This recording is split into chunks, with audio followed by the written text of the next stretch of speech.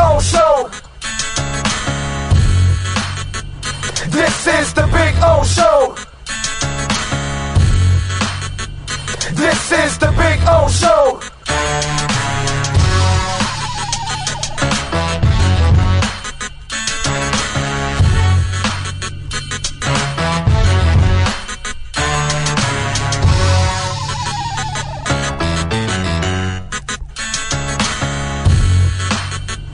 This is the Big O Show. This is the Big O Show.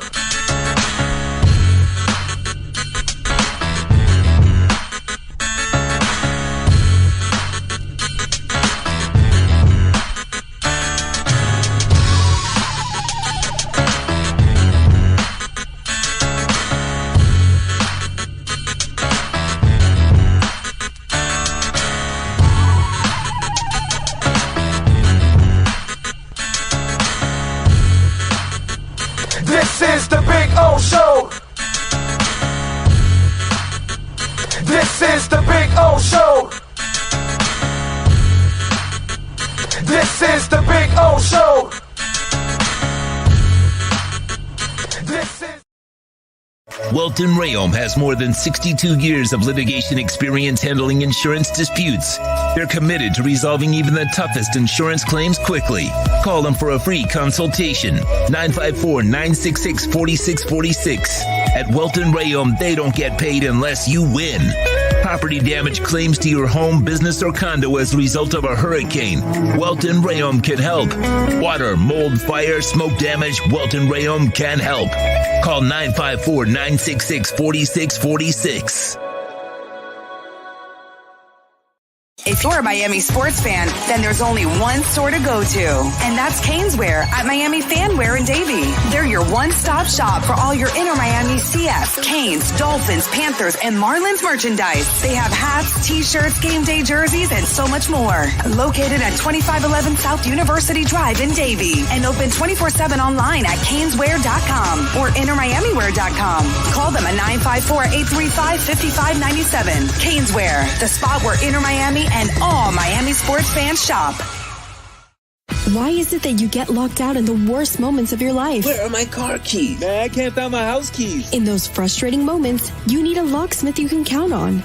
A. Lenny Locksmiths in South Florida, from Miami to Port St. Lucie. In Central Florida, A. Lenny locks it down in Orlando and Tampa Bay. Lockouts or lock changes for home or business, car key replacements, and programming all model cars. 24-hour service. Call them at 855-869-5625. Go to the website at alennylocksmith.com.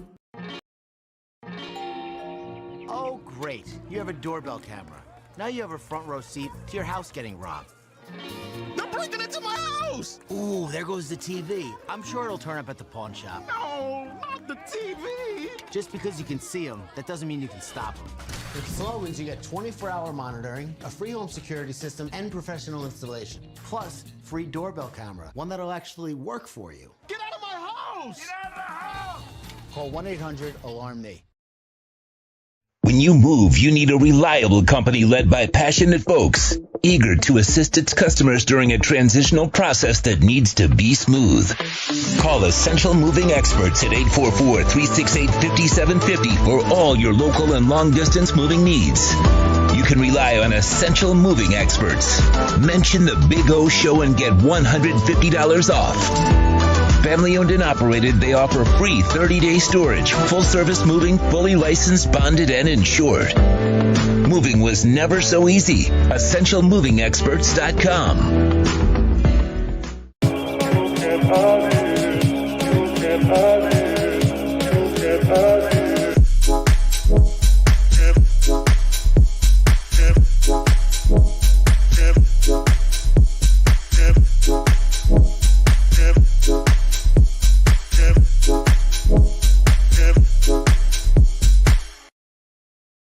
Welcome to Red Light Therapy, a revolutionary technology perfected by NASA to aid in muscle strengthening and recovery. Red and infrared light has the capacity to penetrate deep into the cell's mitochondria, potentially leading to increased energy, faster recovery, and the optimal performance your body demands. train, fight, recover.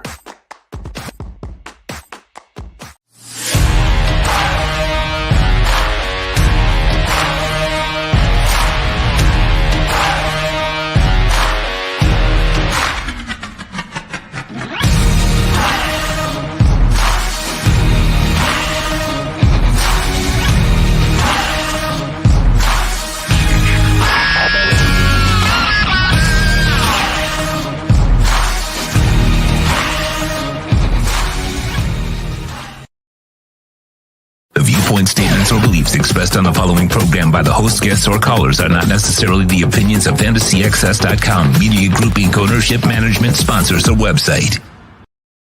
When it comes to South Florida sports teams, very few in the media have witnessed, lived, and covered it like the Big O.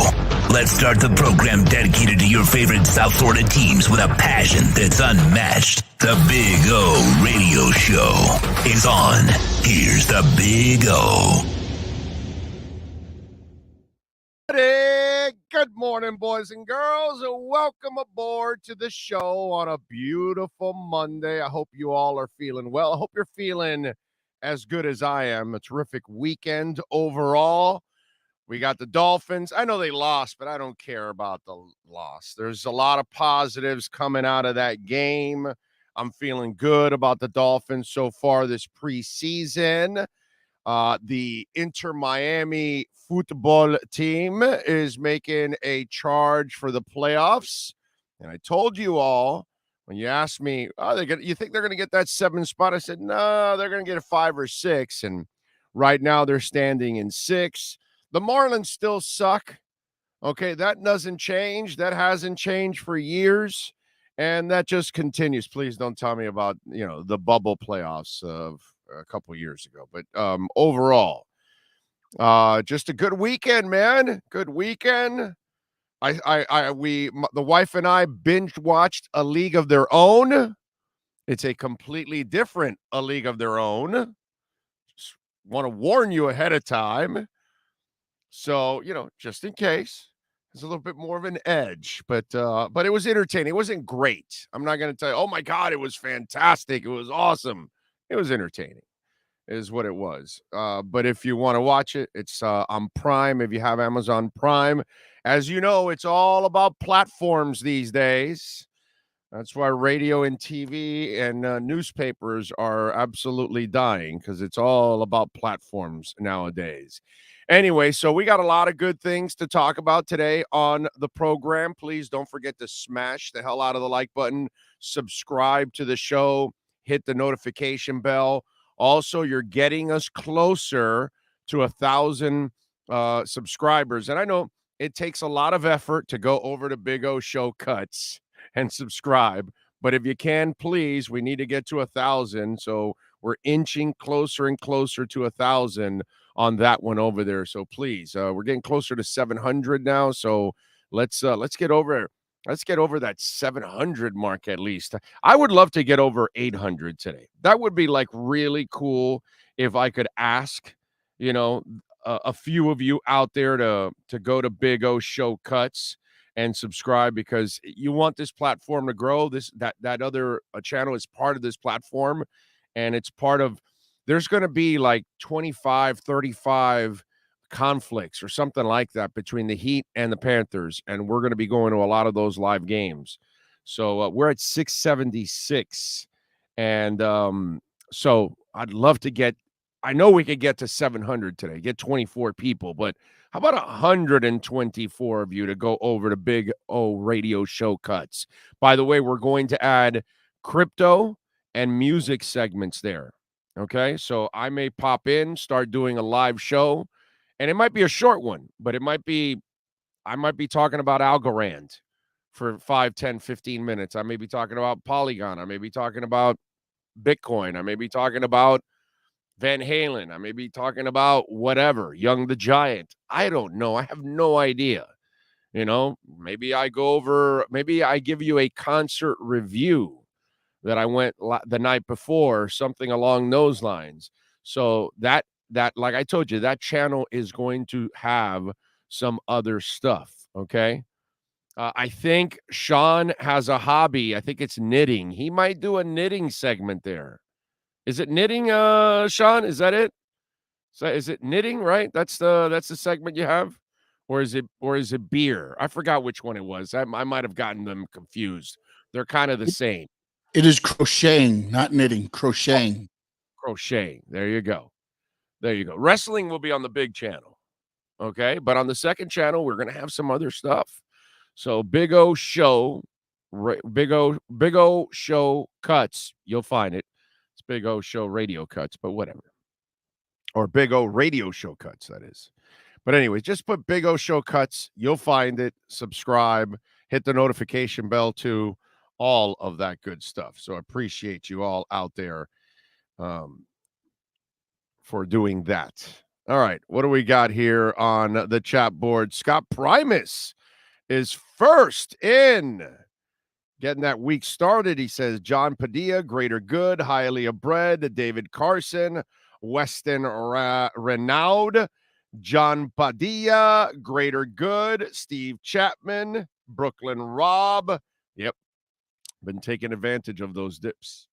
I actually just right now, Rob, as you mentioned that, and as I was going on the air, I got a little more Alethea artificial because it's down 12%. Now went back up 11.5. So I said I'm going to it got under a penny and a half, and I'm like, yeah, let me load up a little bit more on that one right there. But yeah, over the last couple of days, man, I've loaded up on the Bitcoin. I've loaded up on the Ethereum a lot. That I've been reaching for a lot. I got a lot of Decentraland the last couple of days. Got me some Engine Coin also the last couple of days. What else? A little Cardano, a little Illuvium. Definitely Illuvium. I like Illuvium. Algorand, plenty of Algorand. I loaded up on some Algorand too the last couple of days. Yeah, some of them you got to load up, man. You got to when the trick is when the dip happens under your average, okay? And that's what you should do. You should always check what your average is for that coin that you own. Okay. And if it's at $1.52 and the dip falls under $1.52, that's when you start buying. So you can lower your overall price. That's what you do. Dollar cost average, baby. Dollar cost average. You cannot lose. You will not lose. I'm telling you. But hey, it's not financial advice. I'm not a financial advisor. I'm just a guy that loves crypto. So I am with you there, man. All the way, Brooklyn Rob.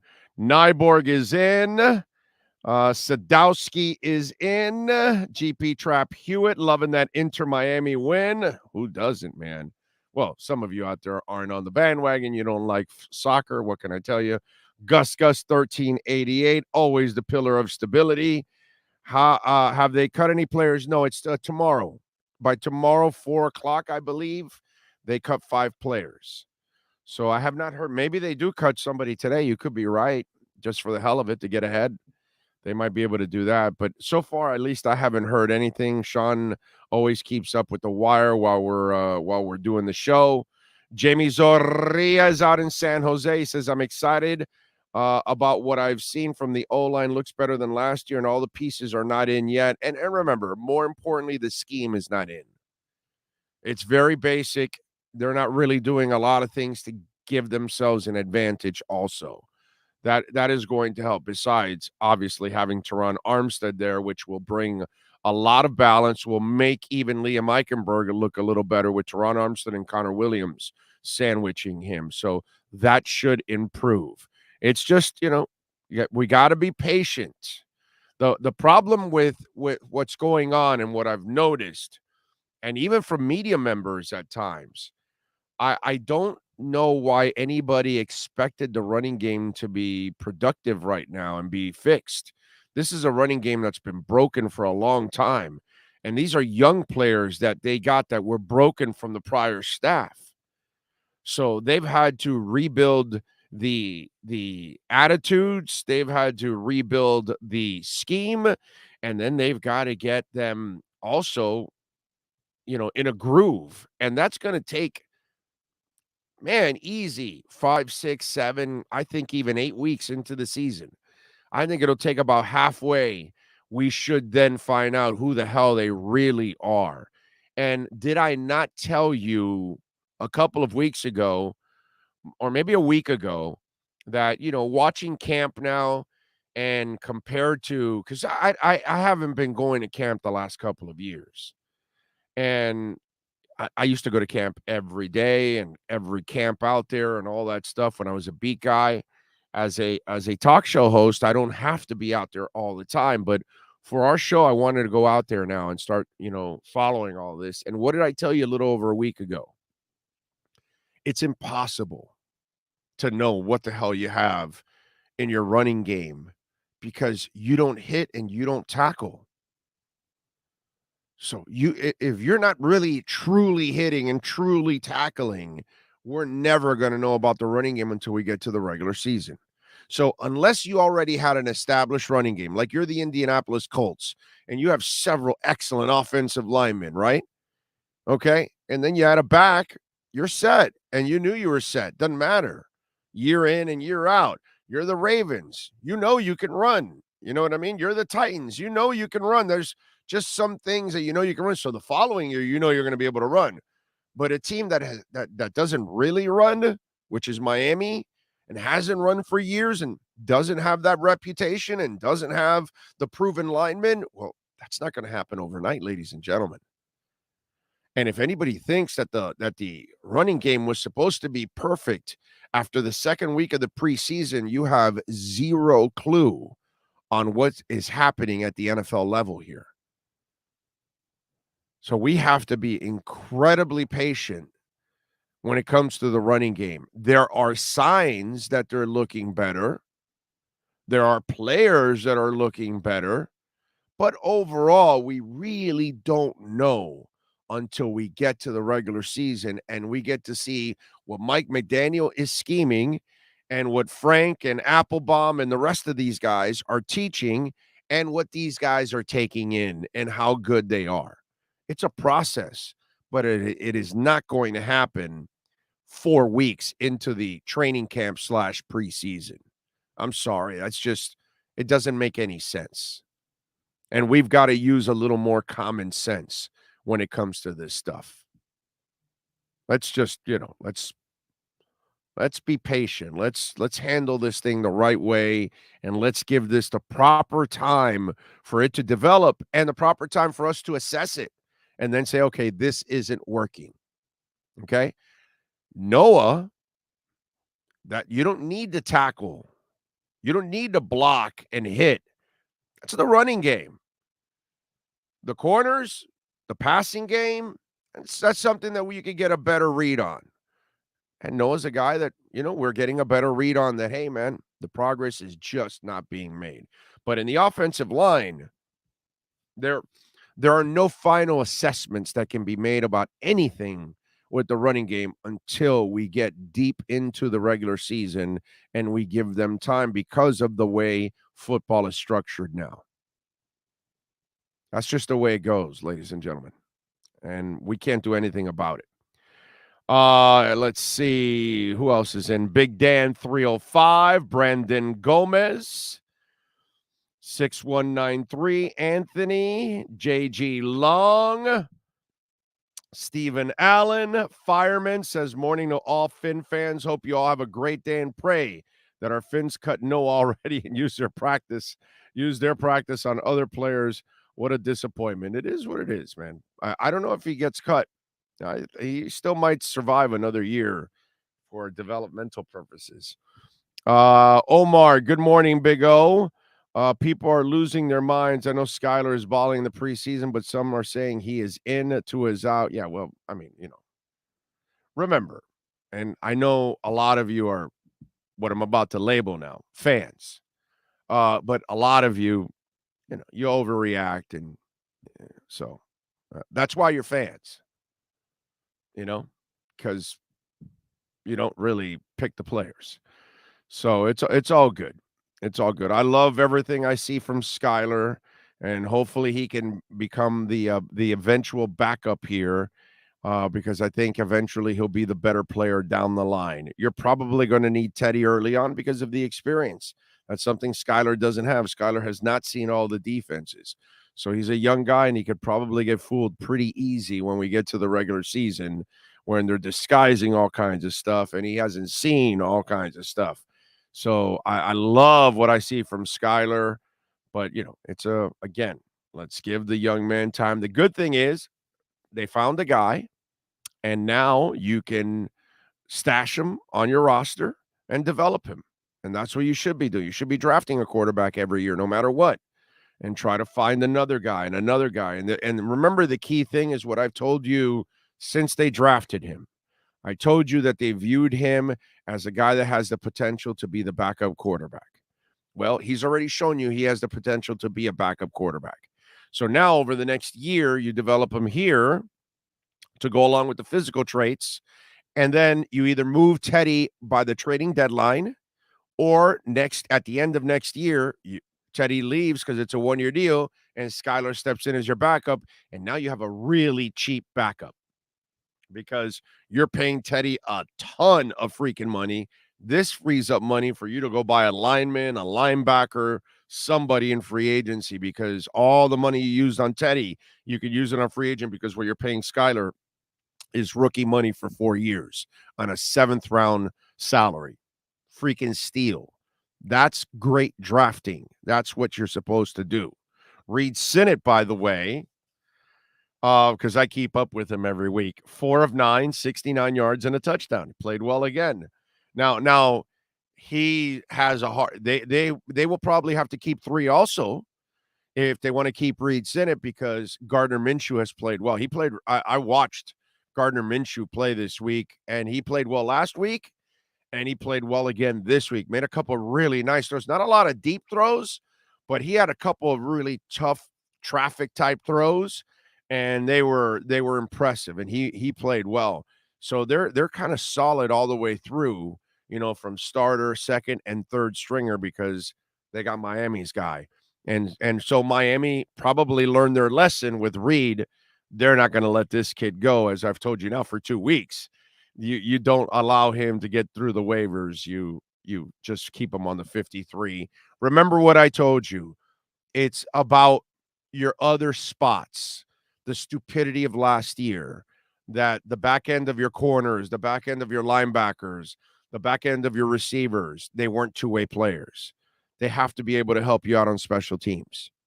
And if they happen to be a special teamer, they also have to be good at their positions. Like Sam Eguavoen is not good at his position. What you do in the preseason matters nothing whatsoever. Okay? Don't forget to call the great people at EJD Construction, 305-433-4843. Eric does some incredible work, folks. And I'm not talking about a handyman.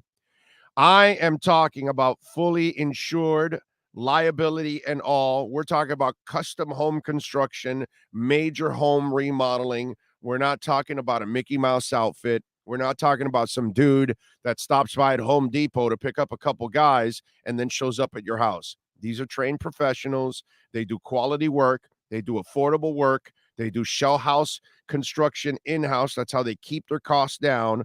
Call them. Here's his cell number, 305-433-4843, folks. If you're looking for the custom home construction and major home remodeling, there's only one company to call, and that's EJD Construction. Take my word for it. You are going to be incredibly satisfied. 305-433-4843. All right. Miami Breaker is in. Yo Dudis is in. Dean Brown, Omar Lopez, Fireman. Rick says, Omar was right on Gesicki. If he can't block, just go with a true faster slot. Let's get Teddy and Gesicki traded for O-lineman and DB help. Well, I don't know about Teddy if you're going to get him traded right now. And Gesicki, I think you're going to need some injuries. You're going to need something because right now people are kind of settled in. So you're going to need some kind of an injury with Gesicki or build up his value throughout the season inside your system and hope that somebody has, it's again, fans. Oh, just trade him. Okay, bro, but you need somebody that wants him. And you just don't want to trade somebody because then you have no leverage. You want to trade somebody with leverage. So you've got to be patient at times. You just can't unload because I want to unload. And remember, keeping Gesicki, again, Rick, this is why you're a fan and you're not in the front office. Mike Gesicki will sign a fat-ass deal at the end of the year. You're going to get a high compensatory pick for him. So you have to be very careful on how you trade him, because if you trade him, you've got to make sure you're going to get back more value or at least equal value to what you were going to get in the compensatory side. So if you think you'll get a third rounder in the compensatory, well, then make sure you get a third rounder in a trade, because the trade will be a higher pick than a compensatory at the back end of the third round. If you think you're going to get a fourth rounder in the compensatory for Mike Gesicki, well, then make sure you get a fourth rounder or a third instead. But you've got to be very careful where you do this, because there are compensatory picks tied to Mike Gesicki. So you're going to get one once you let him go and he signs. Unless you're super active in free agency yourself, then you will nullify that. But I don't believe they will be, because they were this year. Next year, it's probably a little lighter trip through free agency, if anything. So you got a chance at getting your compensatory pick back. That's why you have to be very careful on how you move this. It's not as simple as just, oh, no, that's it, I'm unhappy, let's go.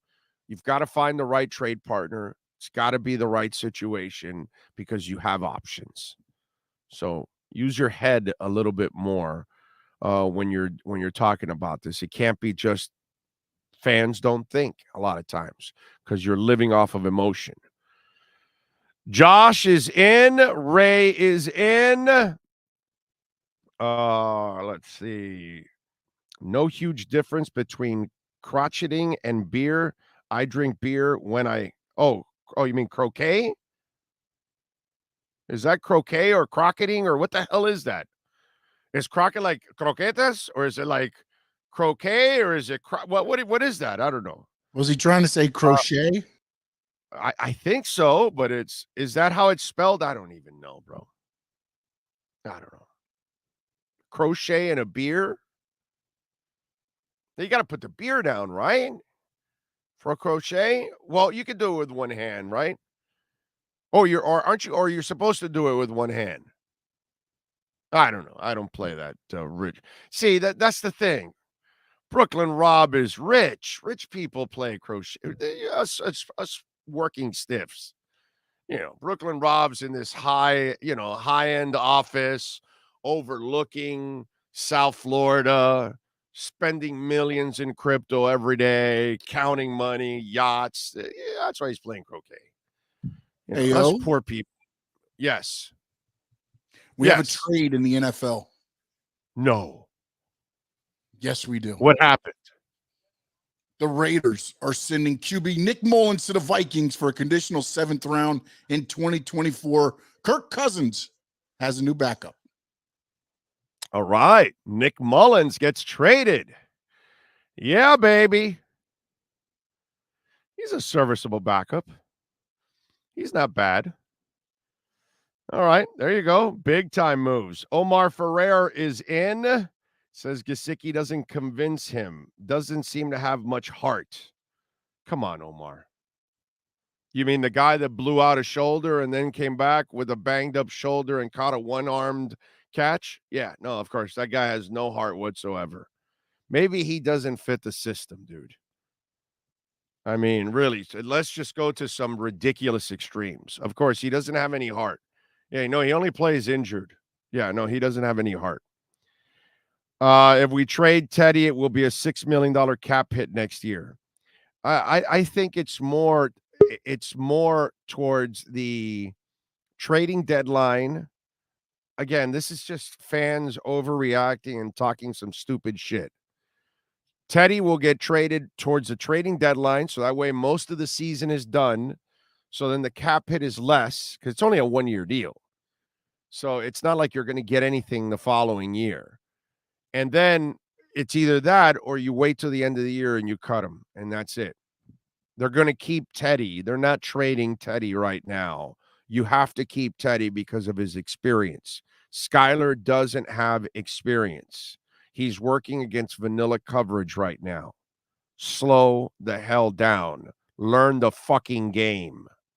Stop being a pathetic fan that just thinks on freaking emotion. Use your intelligence.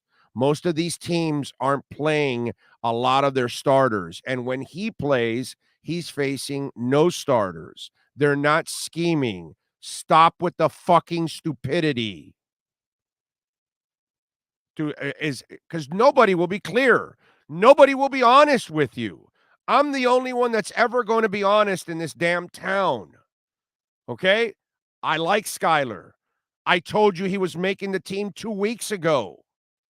I told you I liked him from the second I saw him at camp, that I like his talent. But he's raw. He hasn't played against real NFL dogs and real NFL defensive coordinators scheming to confuse him. Slow the hell down. You sound stupid. Listen to me. I care about you people. You sound stupid. He's a third stringer. That's where he belongs the entire year.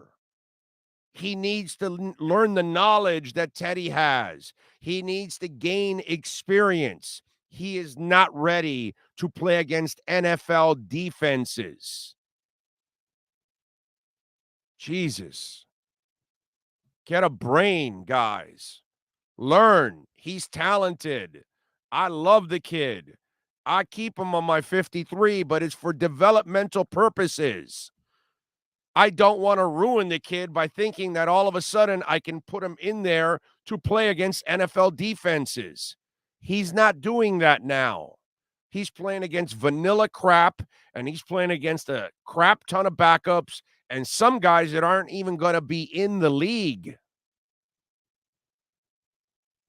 My God, slow the hell down. Jesus. Some of you sound so freaking stupid. You get so ridiculous about this shit. I love the kid, but he's nothing right now. He's a developmental player. That's it. A nice diamond in the rough. But the worst thing to do is to think all of a sudden that mentally he's already arrived and you're going to put him as a backup. God forbid something happens to Tua, and you're going to thrust that kid in there, and he's just all of a sudden going to take on NFL coordinators and defenses and starting number ones all over the place, things that he's not facing. It gets to a point where some of you out there, you know, I see it sometimes in other walks of our lives, the minorities, and they're usually the minority part of the argument. They're loud because they got to make themselves heard. And you don't realize that what you're screaming is stupid. Cut Teddy Bridgewater now. Trade him right now. Make Skyler the number 2. No, in fact, make Skyler over Tua.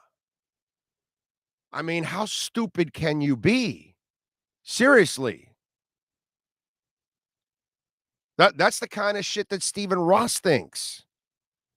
You know, people that don't know football, people that don't understand this game, those are the people that say things like that. Cut Teddy Bridgewater, trade him right now, elevate Skyler to number 2, or Skyler's better than Tua now. Okay? All of you are stupid. Okay? You're all stupid.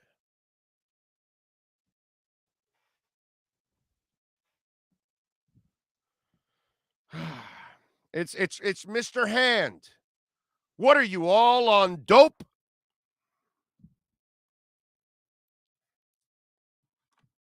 That's all. That's it. See, it's the only way to kind of get the message across to some of you. The only way you understand. You know, listen, you want to go listen to some fluff radio host? You can go do that. You're not getting that here. I'm going to give you the brutal honesty. And any of you are saying any of those things, trade Teddy now and elevate Skyler, or that Skyler is better than Tua, you're stupid. You're an idiot. Okay? You know nothing about the quarterback position. Are we clear on that? Okay?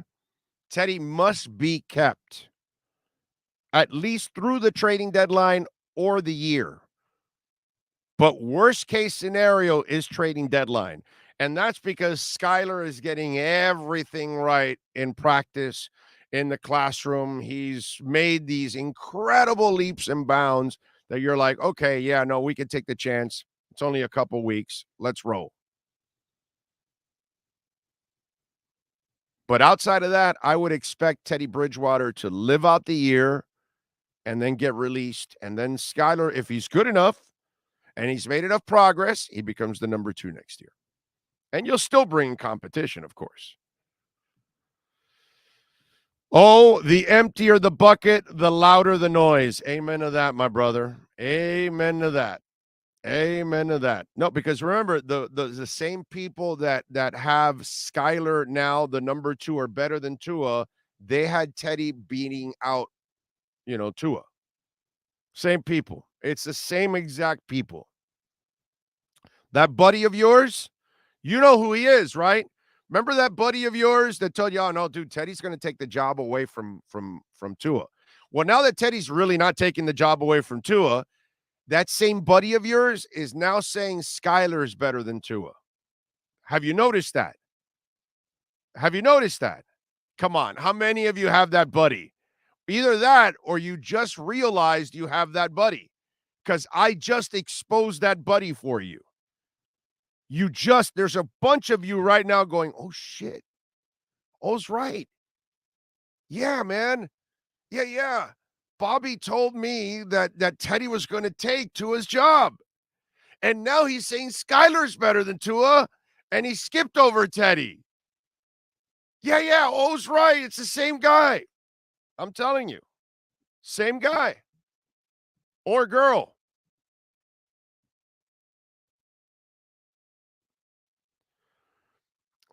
G Firm says, I agree with you, Big O. However, Skyler is 25 years old. He isn't your typical rookie who's forged his senior year. Dak made the transition. Why not Sky? Maybe, but you can't take that chance. You can't put him in that position. And that's the problem. You have no idea. And anyway, he sit for the first year while Romo was playing? Right? So then they worked him in there, right? Or some shit like that? Or was it the same year? There was an injury or something? I forgot how it went. But either way, I think they were maybe it was an injury, right? And they kind of had no choice. And they thrusted him in there, and he's done a really good job overall. All right. Let's talk a little basketball. Let's switch gears. Ira Winderman is ready with our Acura Pembroke Pines Miami Heat and NBA report. Heat fans, time for the best insight of your favorite team with insider Ira Winderman, exclusively on the Big O Radio Show. It's the Acura of Pembroke Pines Miami Heat and NBA report. Here's Ira Winderman. Oh, wait a minute. Before we start the report, I got to put Brooklyn Rob there. He goes, I put my croquet mallet down long enough to make a donation. Now back to buying the dips and staring at the ocean. Nice job, Brooklyn Rob. All right, let's talk a little basketball. Ira Winderman is ready to go. How you feeling this morning, my man? I'm feeling like someone, like I want to say I was like Nostradamus, but when it came to Udonis's non-announcement yesterday about coming back for his 20th season, I think we saw that one coming from the get-go, from his comments in the offseason.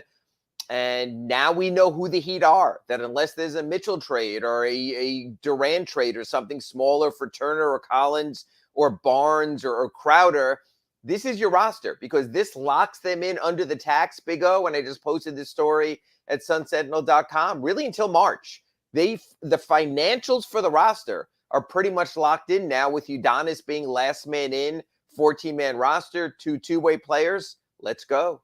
Yeah, no, I'm with you there. And listen, in the end, I don't really know what this does for the team. It is the policeman in the locker room. I don't think that really Spo's that kind of guy. So it helps him, I think, in that locker room. But I mean, how many times do you really have a 15th spot that you have to hang on to? Well, I'm going to give you the perfect example. And I guess that's the issue right there. The perfect example I would give you is what you were talking about just before I came on, and the Dolphins' second string and third string quarterback. Let's be honest, Big O. We saw this last year when Tua went out. If Tua is not available, it doesn't matter who steps in. It goes to crap anyway. If the Heat have to use their 15th man, God help us. But Philadelphia and Milwaukee and Boston and maybe even Brooklyn are just push ahead of you. So I know sports fans, especially in these days with the internet and 3-hour shows like the Big O and the podcast and all that, we can debate every position on the team, and you will do that even when the Dolphins cut down to 80. I mean, it's just what, and 65. It's what we do. But the reality is, if we're debating the Dolphins' second and third string quarterback, if we're debating the Miami Heat's 14th and 15th man, we're in a completely different place than you want to be anyway. So if the Heat were playing their 15th man, whether it's Markieff Morris, whether it's Udonis Haslem, whether it's Hayward Highsmith, you're in trouble. So you know what? If that's your greatest concern, that someone's taking the last roster spot, you're in a pretty good place. And let's face it, the Heat bench was very good last year. Tyler Hero, 6th man of the year. That's before even Victor Oladipo had his first Heat training camp and his first NBA training camp in 4 seasons. So good for you, D. He'll give us some good sound bites. He'll help the young kids along. There are a lot of young kids. And you'll move forward. At least now, for the first time in 2 decades, that's a finality. We know this is the farewell tour. We won't do this again next summer. You can develop someone in Sioux Falls and tell them, hey, that Udonis spot's going to be available next season. You need to push for that. There will be a spot for another young player. At least we know where things stand right now. Does he transition immediately to coaching next year? Do you expect hell that? No. He said he's not coaching. He said he wants nothing to do with that and having to be there every Front day. office? Scouting? No, he's putting the screws to Mickey Harrison. He wants an ownership stake. And this gets interesting because UD is as smart of a businessman as probably 2 people I look up to financially, and that's Derek Jeter and Orlando Alzagari. And he's going to work out a deal for himself. Remember what a stretch on that second one, dude. Okay, remember the Derek Jeter deal, how he bought him for $25 million and then gave himself a $5 million salary for 5 years. So all of a sudden, you do the math, the man was putting in nothing. That's what Udonis wants. He wants about a $20 million. I don't have that skill set. How could you put me in that list? You know That's what? skills right there, baby. As you said, if you buy the dips well enough, I'll put you in that area right now. So Udonis keeps putting out there, and it's really tough for Mickey Harrison. It's been very familial, the Heat ownership. What people don't understand is after Pat Riley got his Heat ownership stake, he cashed out years ago on that.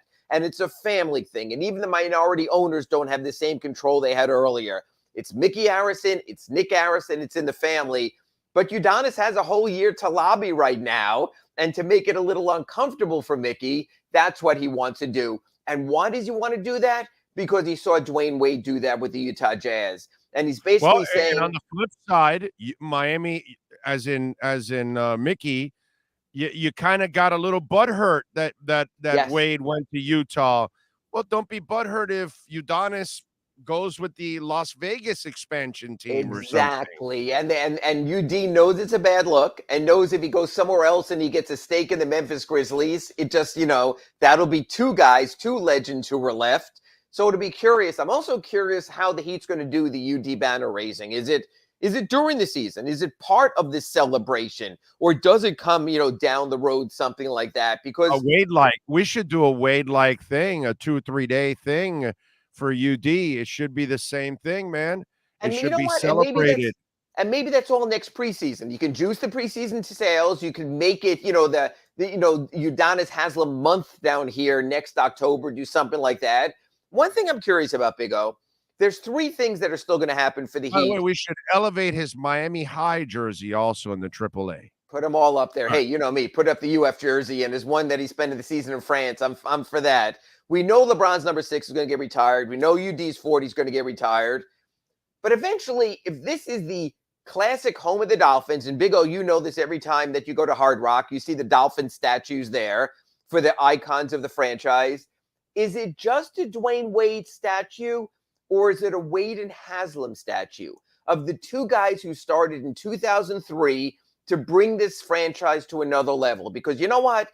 Say what you want about Joe Robbie. It was his vision and foresight with the team, with bringing in Don Shula, with building his own stadium that really made the Dolphins the next level team. And a stadium that can be reconstructed for baseball and soccer. He was very smart. And even left the possibility for a roof or a half roof. I mean, he did all that. Or should the statue out front be one of Pat Riley with his arms around Dwayne on the left and UD on the right as sort of the era that got this building built, that made the Heat who they are, that changed everything? I'd give them each a statue. I'd give each guy their own statue. You got the money there, sure. So no, he's got damn right. Mickey Harrison's got the money, bro. So I really am curious. Given all the taxes on the boats, baby, build the statues right there. You know what? I'll make it perfect for Mickey. Have floating statues outside there in Biscayne Bay, right across from the arena. So maybe you'll come up with something, little spotlights on them. Yeah, you know what? You and me, Big O, we're very good about spending Mickey's money. So maybe I'll float that in my Sunday column. I think Mickey, I got to tell you something, Mickey. I think it's time. It's time to build a Miami Heat Hall of Fame. I agree. Right there, and start putting in all the rich history that you've developed already. And those statues should be surrounding that Hall of Fame. So that way fans have another reason to go out there to the arena to go visit the Hall of Fame. Hey, we do it with the Pacers. Anybody that goes out there and you go to the Pacers, you go to a Pacers game, it's a freaking experience, dude. Yes, and you can put it on the concourse. It's a tight concourse in the arena there, but you do something like that, and all of a sudden you do arena tours and you salute your history. We have that downstairs. Most people can't get downstairs. Big O, when you come to the interview room in the locker room, they have their championship alley. They have all the pictures. They have Posey and Walker and all those guys. But maybe something more for the public. Yeah, I think that would be a really good idea. So we'll spend some more on Mickey's money. I'm all in. All right, Mickey, let's go, baby. Make it rain. Miami Heat Hall of Fame and statues for UD and for Wade. And we're gonna get a Riley one eventually too, right?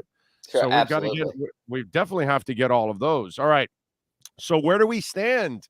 I saw Shams writing about the latest Knicks offer for Mitchell and all that stuff. So what's going to happen? Because we're not hearing a damn thing right now overall. And are we just waiting for Kevin Durant to create some big-ass stink? Yeah, I think it's going to come down to how hard and how forcefully Kevin Durant pushes. And I think that push, it's been very subtle. Let's look at the timing this, Big O. June 30th, right before free agency, Durant comes out and demands a trade. Something happens, it revs up and slows down. So a month later, late July, early August, he reiterates, now I want the coach out, I want the GM.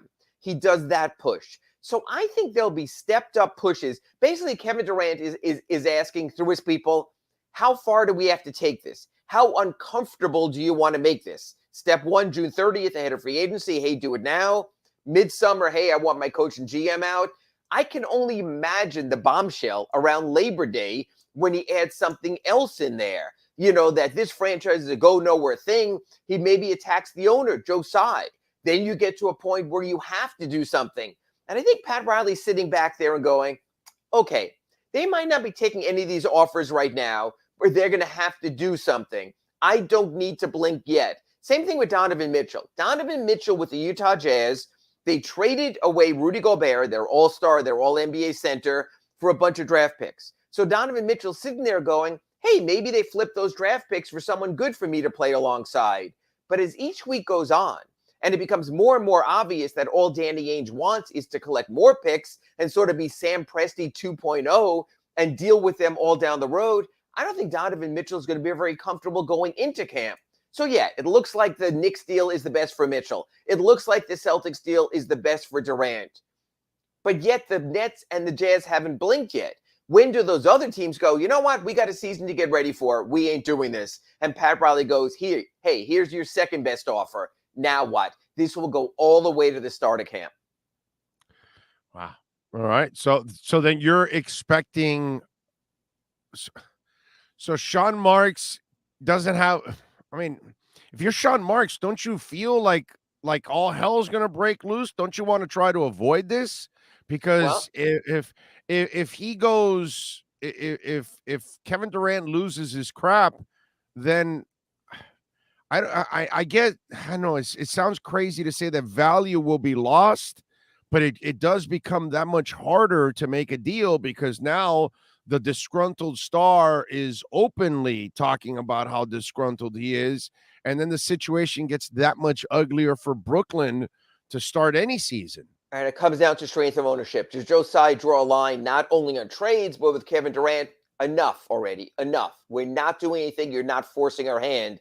It can get uncomfortable. You'll have less than your best available roster to start the season. But hey, we're going to stand for something. Just like Mickey Arison has always stood behind Pat Riley, has always stood behind Eric Spoelstra. They've always been aligned. So you're right, Big O. Will we see that fissure? Will we see that crack?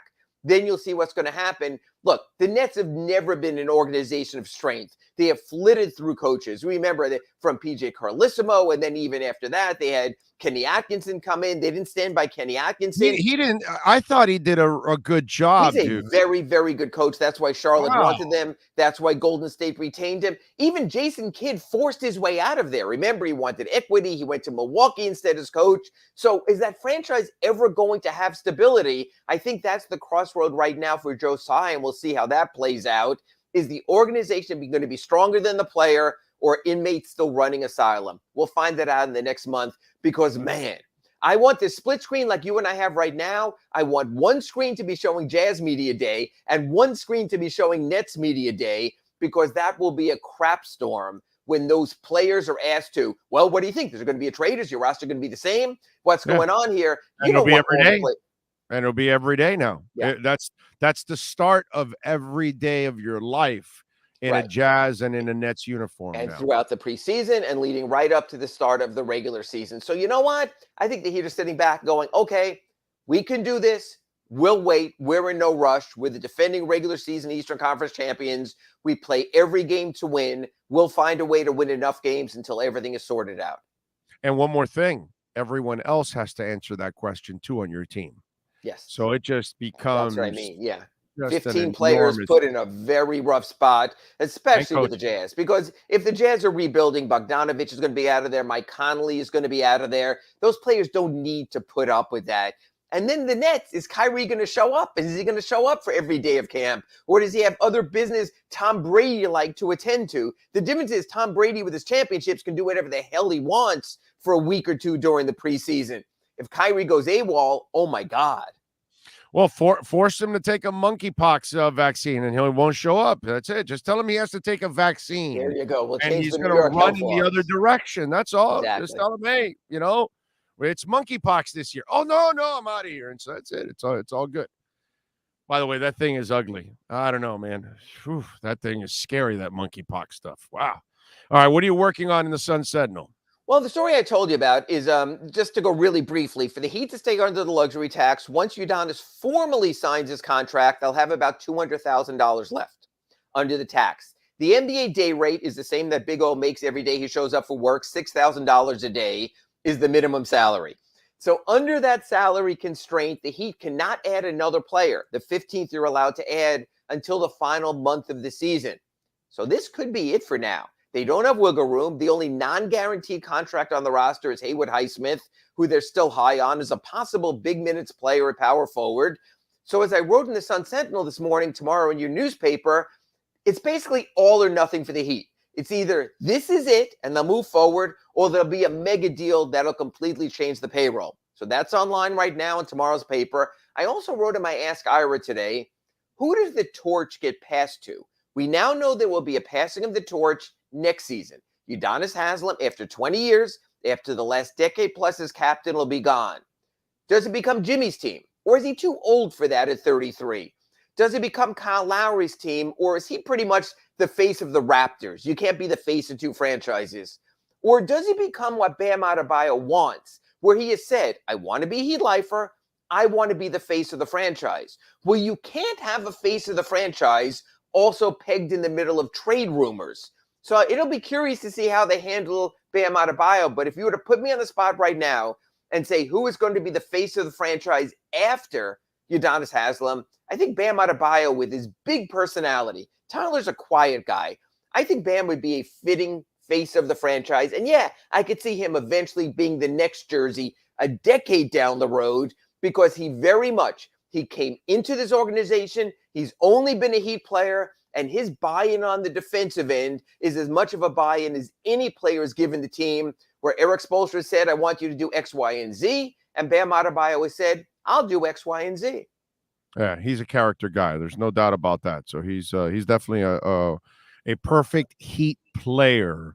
I know we're asking a little more from him, and maybe we're asking a little too much of him, but what he does provide, it's undeniable how much he means to the entire, not just defense, but also the offense too, at the same time, because he does a lot of the stuff that helps that offense go, setting picks and helping them out in every way possible. So yeah, Bam's a quality guy. There's no doubt about it. I just want him to take that next step. If he can do that, then he steps into that Zoe and that Hardaway and that Wade zone that you're just, you're complete as a franchise. A build around guy. Absolutely. Yeah. All right. Follow him on Twitter at Ira Heatbeat and catch his work at the South Florida Sun Sentinel and 3 times a week here, of course. And you'll catch him on Wednesday with our Red Recover Inside the Paint show. Ira, as always, thank you, my brother. Appreciate you. Back on Friday for an Acura Pembroke Pines report. And I think Wednesday will be interesting because as long as there's rumors and there's fish and chum out there with Durant and Mitchell, the Heat will be mentioned some way. So we'll catch you at 9 a.m. at our redrecover.com Inside the Paint report. Thank you, Big O. Yes, sir. Thank you. There you go. Ira Winderman. You are now out of the Heat zone. You've been listening to the Acura of Pembroke Pines Miami Heat and NBA report with Ira Winderman. When you're looking for award-winning service and great deals from the #1 volume Acura sales dealership in the Southeast United States, you go to Craig's Inn Acura of Pembroke Pines at 15601 Pines Boulevard in Pembroke Pines. All right. There we go. Let's see. Teddy looked good besides the 2 sacks where he tried too much. Teddy's fine, bro. He's perfect where he's at as a backup. He'll be excellent in that role. Some fans are watching these preseason games really high. Probably. Big O is the president of 2-on. Yes, I am. Zachary, so balling out in the preseason is the trend now. Like, bro, Tua is our QB. Get behind him and watch him take us.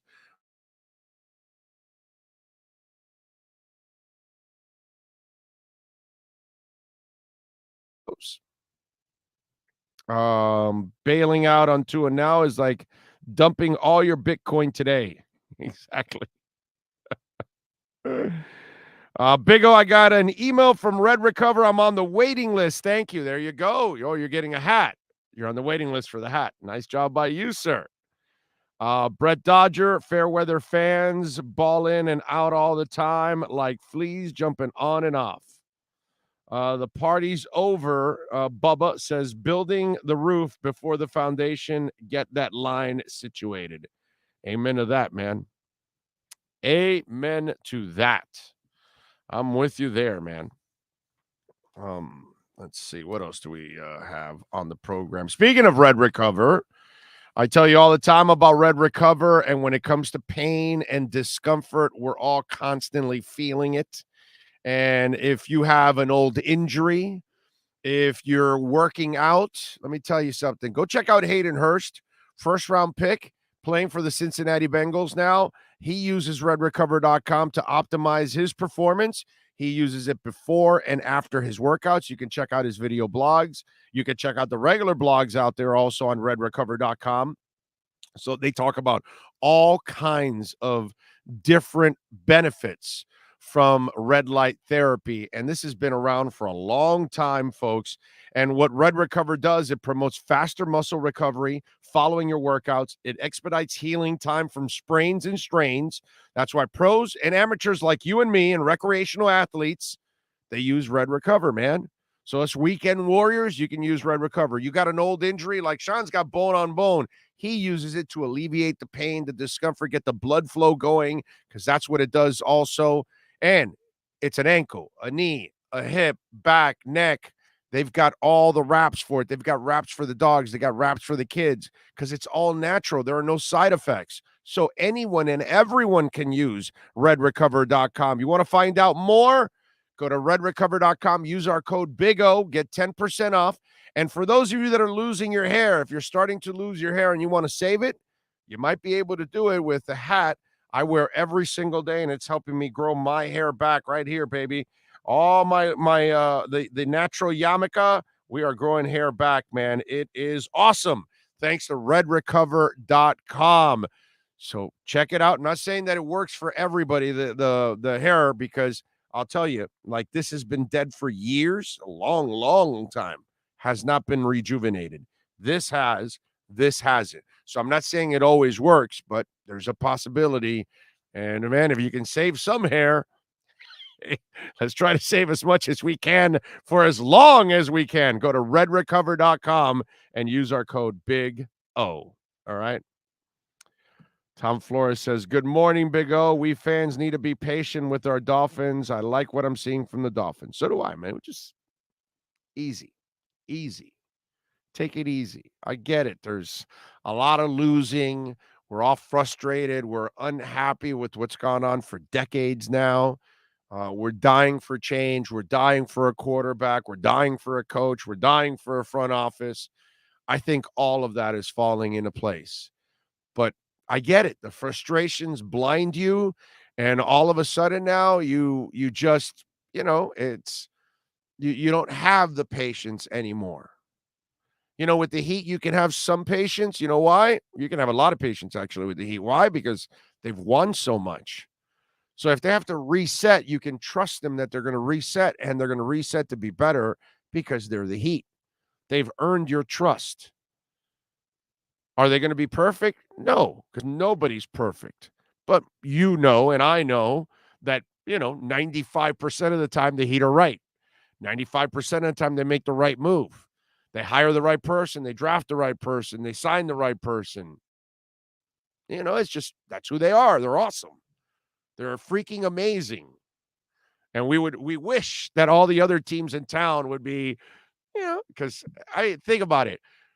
Anytime we complain a little bit about the Heat, we're just spoiled brats. Right? It's like Yankee fans. Yankee fans can't ever complain. They got 27 titles in the last 100 years. One time out of every 4 years, they're winning a title on average. It's hard to complain, It's hard to complain when things are constantly, you're the Celtics. Your history's so freaking awesome. So you have a couple down years. Hard to complain, you know what I mean? You've had such a great franchise for so long. Lakers, same thing. You get spoiled. You get spoiled so much that it gets ridiculous to the extremes that you're demanding. And for us Heat fans, man, we're spoiled as hell. I mean, spoiled as hell. We have one season where they don't win the title or they don't go far enough. We're losing our freaking minds. And it's like, well, wait a minute, dude. They go to the playoffs every year. They've won a few titles already. They've been to the finals several times. They've been to the Eastern Conference finals a whole bunch of times. We're lucky. We're blessed when it comes to the Heat. Big time, man. Big time. All right, 855-912-1056. That's 855-912-1056. If you want to get in on the Welt and Rayom text line, you can also reach out to us on Twitter. That's at Big O Show. Follow us there as always, because that is a 24-hour talk show, folks. I appreciate all of you as always for tuning in. All right, the Noah struggles. Or more like the Noah failures, unfortunately, because it's not looking good for him. I still think he probably makes the team out of default because he's a first-round pick, and they'll give him another season to try to and plus, they're not that deep that, oh, my God, you've got to release him because you're so deep. But now it's up to, Keon Crossan. He did get banged up in the game, but he came back, so he should be fine. Mackenzie Alexander, Kader Kohu is another guy. He's a little slight, but obviously they like him. They paid extra money to sign him. So that's another kid that they like. Somebody's got to kind of step up behind Nick Needham. Okay, and I know Needham got banged up with the finger, but I don't think that's anything that's going to keep him out. And he's a tough kid. He'll be fine. If it's dislocated, whatever type of, just pull it, straighten it out, tape it up, and go, and whatever. It's something that plenty of players have dealt with over the years. The good thing is he's not really a receiver, so all he has to do is deflect passes if he can't necessarily catch them. But Cater's another kid that has kind of shown flashes since he came back from the injury. So we'll see if Mackenzie can do anything. They just picked him up off of waivers. And then Crossan's done a nice job overall. But that battle for the number 4 spot and obviously we all know the injury is what really killed this whole thing, because that kid was headed for that 4th spot. And then you were going to be a little bit more comfortable right now, feeling pretty good about your nickel and dime. Now, when you go to the dime spot, it's a problem, because Noah has just not been able to make the transition. And folks, in life, you can't play scared. You can't live scared. And you can play your life conservative if you want, and you'll get by. But if you do get by conservative, I guarantee you something. You will not be satisfied with the results. You'll have to live with them, but your whole life you're going to go, I played it conservative. I never shot my shot. I never tried to see if I can, do whatever it is, stand on my own for whatever it is. And you played it safe. And that's what's going on with Noah. He's playing it safe, man. And playing it safe, you're going to lose your job. And you're going to be out of the NFL. And people are going to look at you like, oh, yeah, you're that first-round bust. And that's what you're going to have to live with the rest of your life. So if you're Noah Igbenogany, remember I talked about it on Saturday after the game. Sometimes you got to say, what the F? And you got to let it go. And if that kid doesn't do that, he's got no shot. And that's been his problem, unfortunately. There's a lot of good things happening with the Dolphins. Noah is just one of the negatives, unfortunately, in all of this. But it's become a bigger negative because of the injury. And if Trill doesn't get injured, then at least the Noah struggles. You say, well, okay, one of the, he's the 5th corner. You could try to continue to develop him, give him a chance, this, that, and then move on after this year. But now you literally need that 4th corner. and Noah's not there for you. So now you've got to hope either Keon Crossan continues to play. You hope that Kader Kohu can show you something, or the Mackenzie Alexander kid that they just picked up. Who knows? Or you try to pick up somebody from somebody else's roster and you try to develop them. These guys are pretty good when it comes to, searching for talent. So maybe they'll be able to find somebody. But it's a shame, man. It's a real shame that Noah is just, not turning the corner, and not like last week. Like I told you, going into this game, he had a couple of moments last week that you said, okay, maybe there's something there. And unfortunately, it's just not. It's sad, man. It's sad because they really need him. That's the thing. If it was a luxury and it's still, and it was a luxury pick from the get-go because of what was happening with X at that moment. He was arrested for a domestic violence issue, and he also had a knee injury, and he had to get it scoped. And so they had their concerns. I hear I had some fun with somebody on Twitter because the lazy take is Jonathan Taylor, right? And it's funny because none of you were saying Jonathan Taylor at that moment. You know what I mean? None of you have any proof, and none of us really follow it. So, but everybody is always great at, 2020 and hindsight and all that stuff, and convenient too. But it's a lazy take. And at that moment, there was a problem with X, and you didn't know where you stood with X. How bad was the domestic issue? How serious was it? And the knee injury, a concern, which they were slamming the front office for giving him a contract. Now they don't slam him. The same people that slammed them for giving him a contract were slamming for the holdout and for all that. And then they gave him the money, and then, now you got to pay him.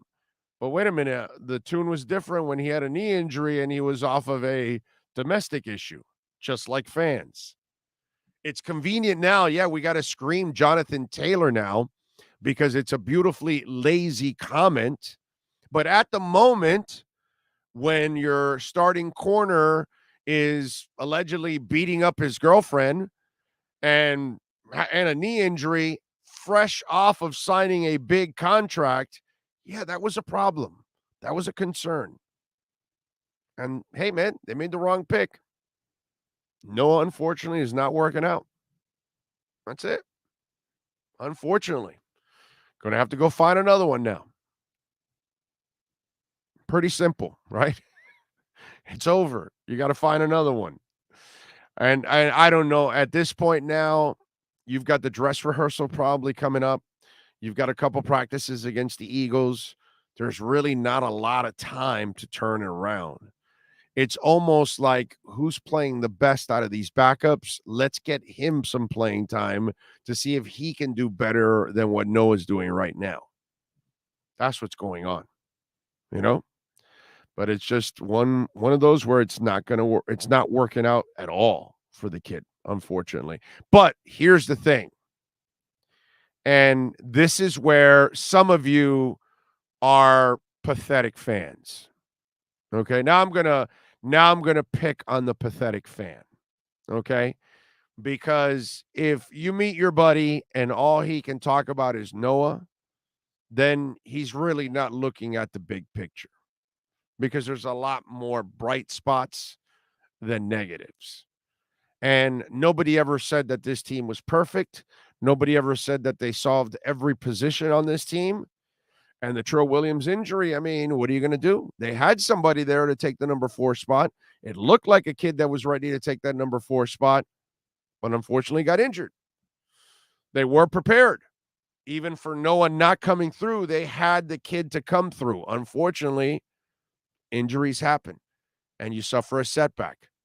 It's hard to be 5 deep now in this league, but that's what we were asking for right now. But they were 4. When you look at it with Trill, it looked like he was pretty good, looked like he was developing into being that guy. So they had their guy, unfortunately, even though they had to actually, now lose him and thrust now someone else into the spotlight. But they were prepared for it. Unfortunately, injuries happen, man. Now you're going to have to find somebody else, and hopefully they'll be able to do that.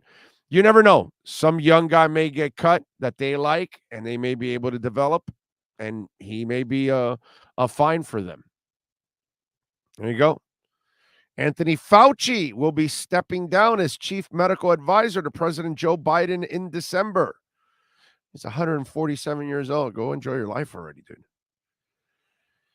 Let's see. Mark my words that Pats will pick up River Craycraft if they cut game one edge for the offense. Not that anything can be done. Just want to make the prediction. Yeah, whatever. That's Leon. I don't think that does any good or anything. So it doesn't really matter to me. Greater good in the NFL. Players need to make quick adjustments. Many from the college ranks can't make that happen. Well, he certainly hasn't. Pablo says, Big O, where I sit, I think we need to cut strings with Noah. I'm also concerned about putting Skylar in the practice squad. He's not going in the practice squad, bro.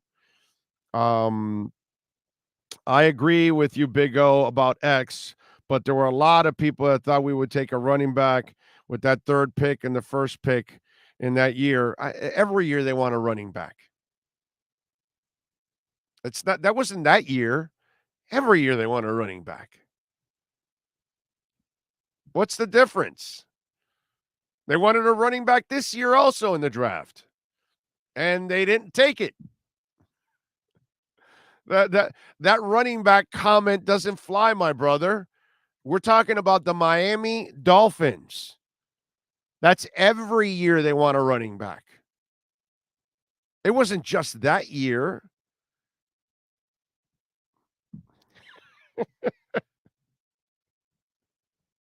That's funny. Man. I'd let Teddy go and stock up on an extra DB. I'd rather Skylar play if Tua goes down and get that experience. Yeah, no, Joel, that would be incredibly stupid. He hasn't played against NFL defenses, my brother. It's just ridiculous. Really is. And it's just absolutely asinine to put him at number 2 right now. You keep all 3 guys is what you do. You need Teddy's experience there, man. Teddy's seen more than Tua. Okay? Tua needs Teddy's eyes. It's not about just, the backup and let's go get an extra DB. An extra what? Sorry, DB? You make it sound like the guy you're going to pick up off the street at 5 and 6 are starters. Like automatically. Oh, yeah, no, let's cut the most experienced quarterback, the guy that probably could add more in the IQ department in the quarterback room to Tua and Skylar. Let's just cut that guy. Joel, brother, you got to think, man. You got to think a lot more. Cutting Noah at 22 years old is risky. Youngest guy on the roster, great physical tools. He could turn the corner big time with the next team. He could. And maybe, just maybe, Noah needs to go somewhere else. I still think, by the way, my prediction is he makes this team for one more year. They allow this coaching staff to work with him one more year to try to get it out of him. That's my prediction. I don't believe Noah's getting cut. I believe Noah will be on this team this year for one more year. I don't believe you're that deep that, oh my God, you have to cut him because you have so many great players at the back end of your corner spot. I don't believe that. So I think you hang on to him one more year, let Sam Madison and all these guys work with him for a year and try to get I think he's just missing his aggressiveness. He's got to just cut loose. Let his athleticism take over. Try to let instincts take over. And he plays scared. That's what he's looking like. He plays scared. He's trying not to make a mistake. Corners can't play like that, man.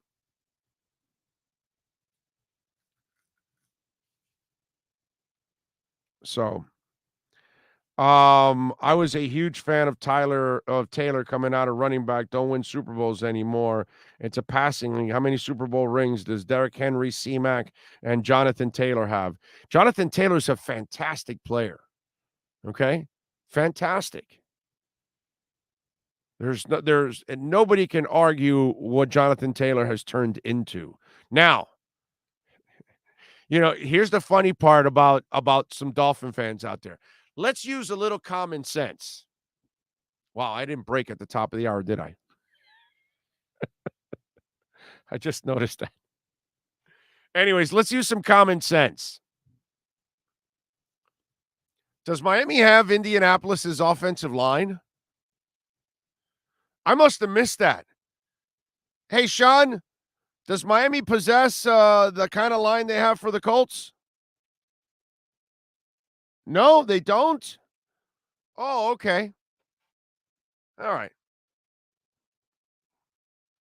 So Jonathan Taylor would be the same monster he is in Indy that he is that in Indy here, right? Exactly the same.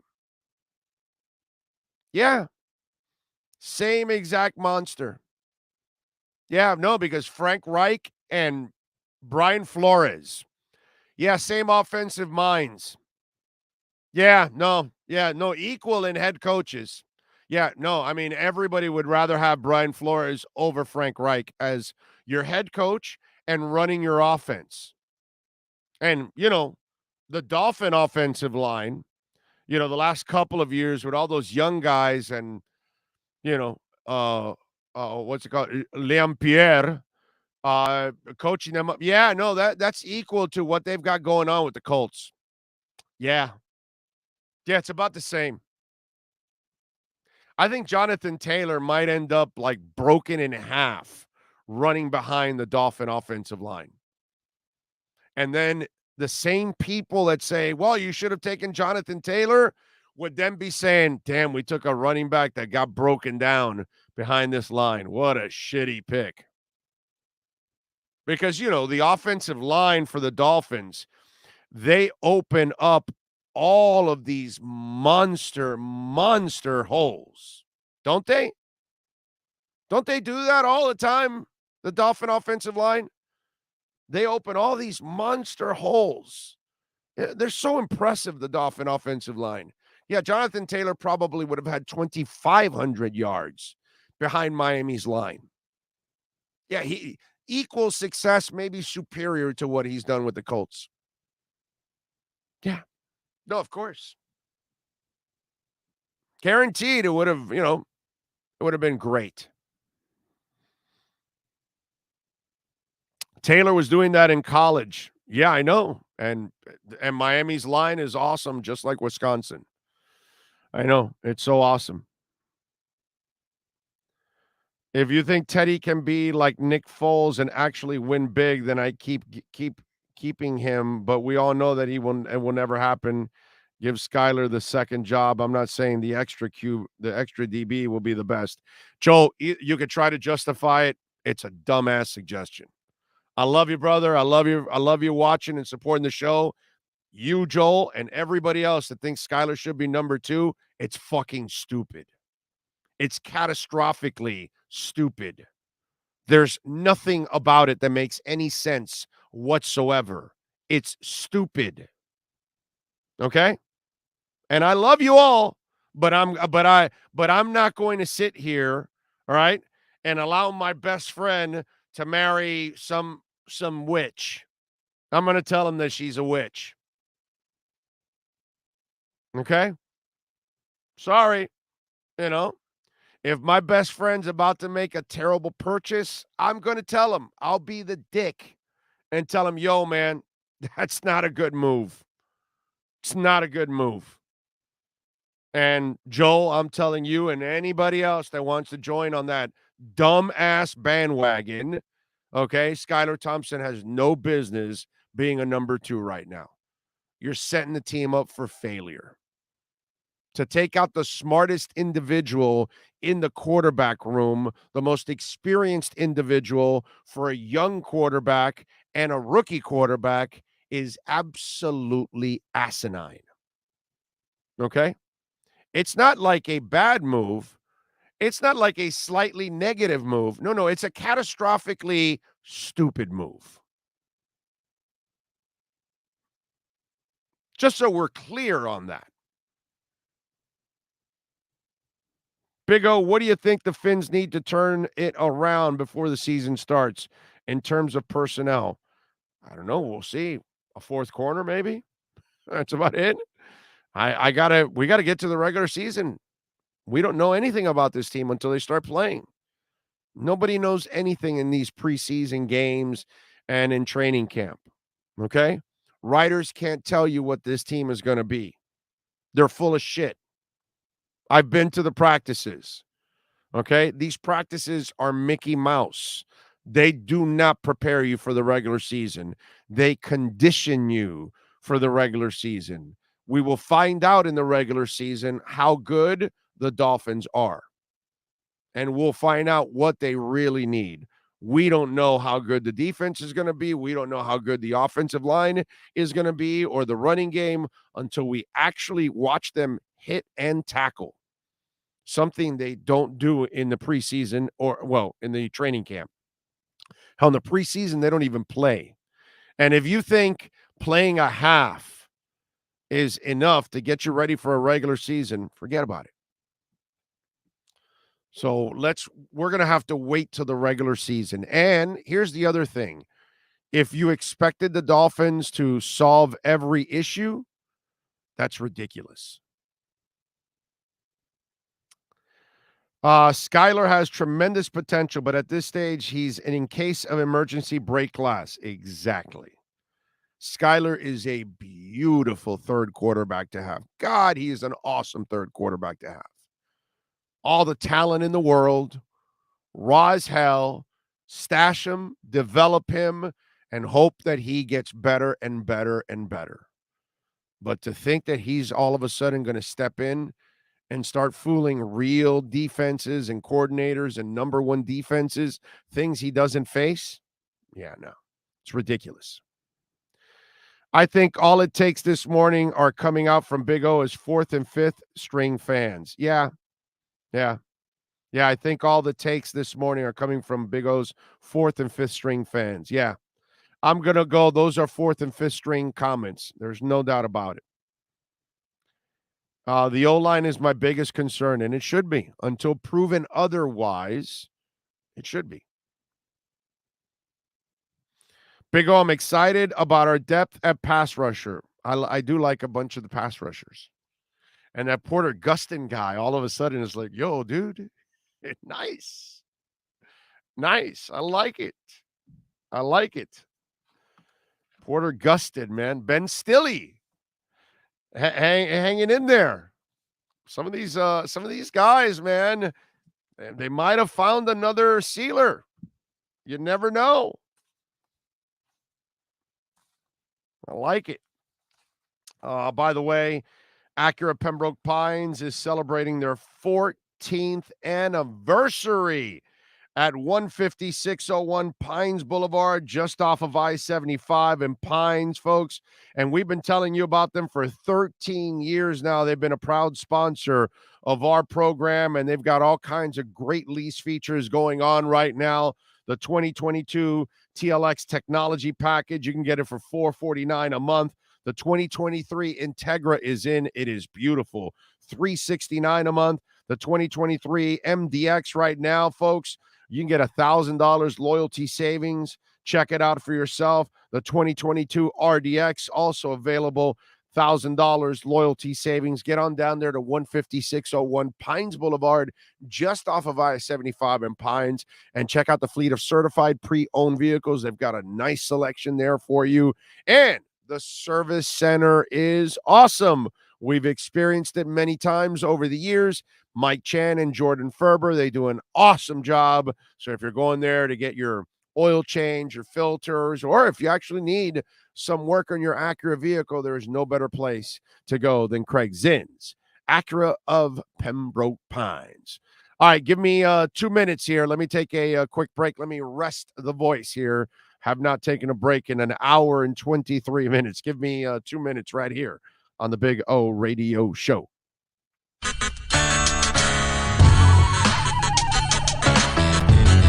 When you move, you need a reliable company led by passionate folks, eager to assist its customers during a transitional process that needs to be smooth. Call Essential Moving Experts at 844-368-5750 for all your local and long-distance moving needs. You can rely on Essential Moving Experts. Mention the Big O Show and get $150 off. Family owned and operated, they offer free 30-day storage, full-service moving, fully licensed, bonded, and insured. Moving was never so easy. EssentialMovingExperts.com. South Florida's premier law enforcement agency is now hiring individuals like you. The Fort Lauderdale Police Department is now accepting applications for non-certified and certified police officer positions. Minimum requirements and qualifications can be found at FLPDjobs.com. That's FLPDjobs.com. Are you ready? The city of Fort Lauderdale is an equal opportunity employer. What? Oh, look.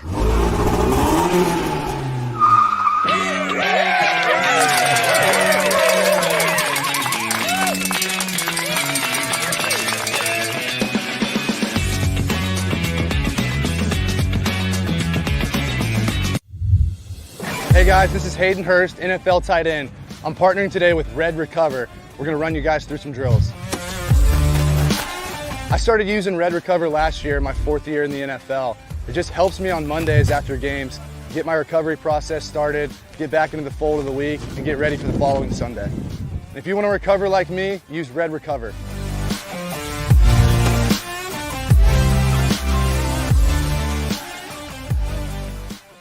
When you need your warehouse looking good while staying efficient, there's only one place to find the finest racks in the business. Pallet Rack City in Hialeah.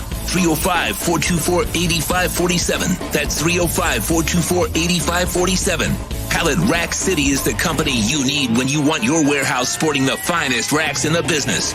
After all, who doesn't love a great rack? Pallet Rack City. 305-424-8547. That's 305-424-8547. The viewpoint, statements, or beliefs expressed on the following program by the host, guests, or callers are not necessarily the opinions of FantasyAccess.com, Media Group Inc. ownership, management, sponsors, or website. When it comes to South Florida sports teams, very few in the media have witnessed, lived, and covered it like the Big O. Let's start the program dedicated to your favorite South Florida teams with a passion that's unmatched. The Big O Radio Show is on. Here's the Big O. Hey, we are back. There we go. I see my my Skylar rant is going around right now all over the place. Oh Lordy, what can I tell you? That's the one thing I do like about Skylar. He's got an edge, and that's really what it's all about. Kid's got an edge. You see it. You can build on it. That's what it's all about. You watch Cameron Good. There's a little edge to that kid. He can play linebacker. He can rush the passer. He can help you out on special teams. What a 7th-round find. I like it. Eric Ezukama plays with an edge. That's kind of what it's all about. He put on a show this week. Had the one-handed catch. He's put on a show from the beginning of camp. And does it mean that Ezukama is Tyreek Hill or Waddle? No. But it's certainly something you can build on. And that's what you want with Skylar. Something you can build on. But let's not get ahead of ourselves and also put him in a position to fail. They have put him in positions to be successful. Let's keep putting him in a position to be successful. Let's allow the young man to grow. That's all. And that's what they're doing right now. And you know how Skylar Thompson grows? Having Teddy Bridgewater next to him every day. Not cutting Teddy Bridgewater. That doesn't help. Look, I'm the first guy to tell you, I love Teddy Bridgewater, but I'm the first guy to tell you, you're not winning anything with Teddy Bridgewater. He's not taking you to the playoffs and making a deep run. He's not a dominant quarterback, none of that.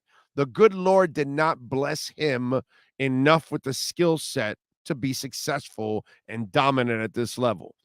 But the good Lord gave him the intelligence and enough athleticism to survive at this level. And that's what he's been able to do. But he's in a perfect role right now as a backup, as a mentor. And right now, Skylar Thompson's job is to be a sponge and get as much as he can from McDaniel, as much as he can from his quarterback's coach, his offensive coordinator, and Teddy Bridgewater. And by the way, Tua, same thing. Tua's the better quarterback, but he doesn't have Teddy's experience. So he needs Teddy's brain next to him, just like Dan Marino needed Don Strock next to him. So any of you out there that are dying to get rid of Teddy Bridgewater for the hell of it, it makes zero sense. His brain, his intelligence, his knowledge, his experience is needed badly by both quarterbacks. So there is a value to keeping all three. There is a method behind the madness of keeping all three. One's your starter. The other's your backup that brings a ton of knowledge that he can share with everybody. And your third guy is your developmental guy. That's called a perfect world, ladies and gentlemen, at the quarterback spot. As long as everybody works out like they're supposed to. Tua plays like the starter. Teddy's definitely an exceptional backup. And Skylar is a perfect developmental piece. If everybody plays their role, it's actually a very good setup. There's no reason to disrupt it with silly decisions like let's cut Teddy Bridgewater. That doesn't make any sense. Alan Poupar and our Sports Grill Miami Dolphins report is next. Let's get ready to talk Dolphins football. It's the Sports Grill Miami Dolphins Report with Sports Illustrated's Alan Poupard. With locations throughout South Florida, Sports Grill is the home of the special grilled wings. Check out our sponsored locations in Miami on Bird Road and 114th and in Miami Lakes in the Royal Oaks Plaza. Here's Miami Dolphins insider Alan Poupard. All right. So, good morning. How you doing? You doing all right? Yeah, except I caught the end of your silliness there. And there's another factor that I think people conveniently forget because they get all caught up in how Skylar's performing. Oh, there's a little matter of Teddy Bridgewater having a $6.5 million guaranteed contract. Yeah. But dude, it's perfect the way you have it. Tua's your starter. Teddy's brain is so needed in that room for Tua, for Skylar. You know, overall, it makes the quarterback coach Bevel's job a little easier that he has like a second coach in the damn room. And dude, I love Skylar. I've been bragging about Skylar for weeks now, and I know he's made the team. But this is actually a beautiful scenario, man. This is how you really want it. You want your developmental guy in the building. You want your backup that knows his shit.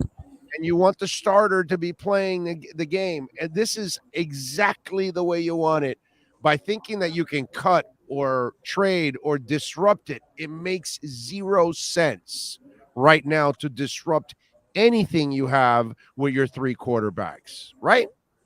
Yeah, and the other thing, too, is we need to slow our roll with Skylar, who I like as much as you do, who's made a lot of big throws in practice and in the preseason games. He's still a rookie. Exactly. And you really want him to be in the lineup, thrown in there if something happens to Tua.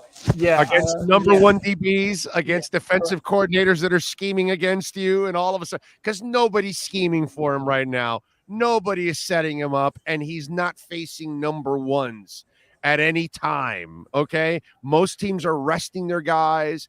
Most teams are playing backups or guys that aren't even going to be on the roster against him right now. It's just so ridiculous. And I love the kid, but I love him the way you have him right there in that developmental spot. That's all. No, Next year, maybe what we've talked about is if he progresses as the year goes on, then next year he elevates to that number 2 spot. Then I get it. Now, maybe trading deadline, he's making a lot of progress and Tua's kicking some serious ass, and somebody has a major injury and they're offering you a second or third rounder for him, then you're like, yeah, we have to trade him. We have no choice. I get that. But outside of that, ride with what you have with all 3 guys because there's a perfect role for each guy. I love it. Yeah, and there's also the issue of overreaction isn't just when there's a bad performance. It's when there's a good performance the other way where we need to take the context, in perspective. Jesus, it's a preseason game. No, it's craziness, but you get it. You and I have been around long enough. Fans get overly excited about one thing or another prematurely. So like you said, they have a really good setup right now. Let's not mess with it. I'm with you there. I don't know if you're really doing this, but Topher says, Big O, ask Poupart, why did he decide to start giving Tua a passer rating grade only on days of his worst practices last week? LOL. Is that true? I didn't notice that. Did you really do that? I did do that, and I explained it in the mailbag this past weekend, and I'll be happy to do it again. I missed the mailbag. That's probably why. Okay. Well, shame on you. Mailbag. I'm sorry. I don't read all the mailbags. My bad. Okay. Well, here's the reason. Okay. You and I have seen a lot of practices, and the practice stats usually fall within a pretty usual pattern of completions attempts. It can skew a little bit, but it's never, you rarely see somebody go 18 for 19. You rarely see somebody go 7 for 25. Well, on this practice day, and I chart every single solitary play. I started doing that this year, which explains why I hadn't done passer rating before, because you need every single play. Well, right. in that practice, we charted every single solitary play, and it comes out 2-0 is 11 for 30. Now, that included 2 spikes, which I mentioned. Okay, 11-30 in a practice with 3 picks, along with 3 touchdowns. And I think the yardage was like 151 or something like that. And it's estimated yardage, obviously, because they don't tackle. And it just dawned on me at the time, like, holy crap, that's got to be a really bad passer rating. And I checked it, and it was 47.4, and I decided to include it. It's not some sort of personal vendetta against Tua, as some people would suggest. And if Teddy Bridgewater would go 7 for 25, I'd look that up, and I'd print it as well. So that's the only reason. I got you. All right. I get it. All right. You're still not on the Tua bandwagon anyway, so we all know that. So as we're all cruising to the Super Bowl, we'll be waving at you. By all means. So that's all right. We all know that, okay? We all know, okay? Us Tua-anon folk, we have booted you from the bandwagon. So we all know that, all right? I will chronicle it. Hold on, I will chronicle it, good or bad. If he kicks ass, it won't be like, trust me, I won't be going, well, I knew it all along. I told you all along. I won't do that, but I'll chronicle it and give the man his props. All right, so let's move on to a disappointing. The only disappointing, real big thing going on right now in camp, I would say, is Noah. Unfortunately, that's like the real downer at this point with the Trill Williams injury. So at this point, I was hoping maybe he'd show something after this past week where he had a couple of moments, and you figure, man, maybe this starts to become the building blocks for him.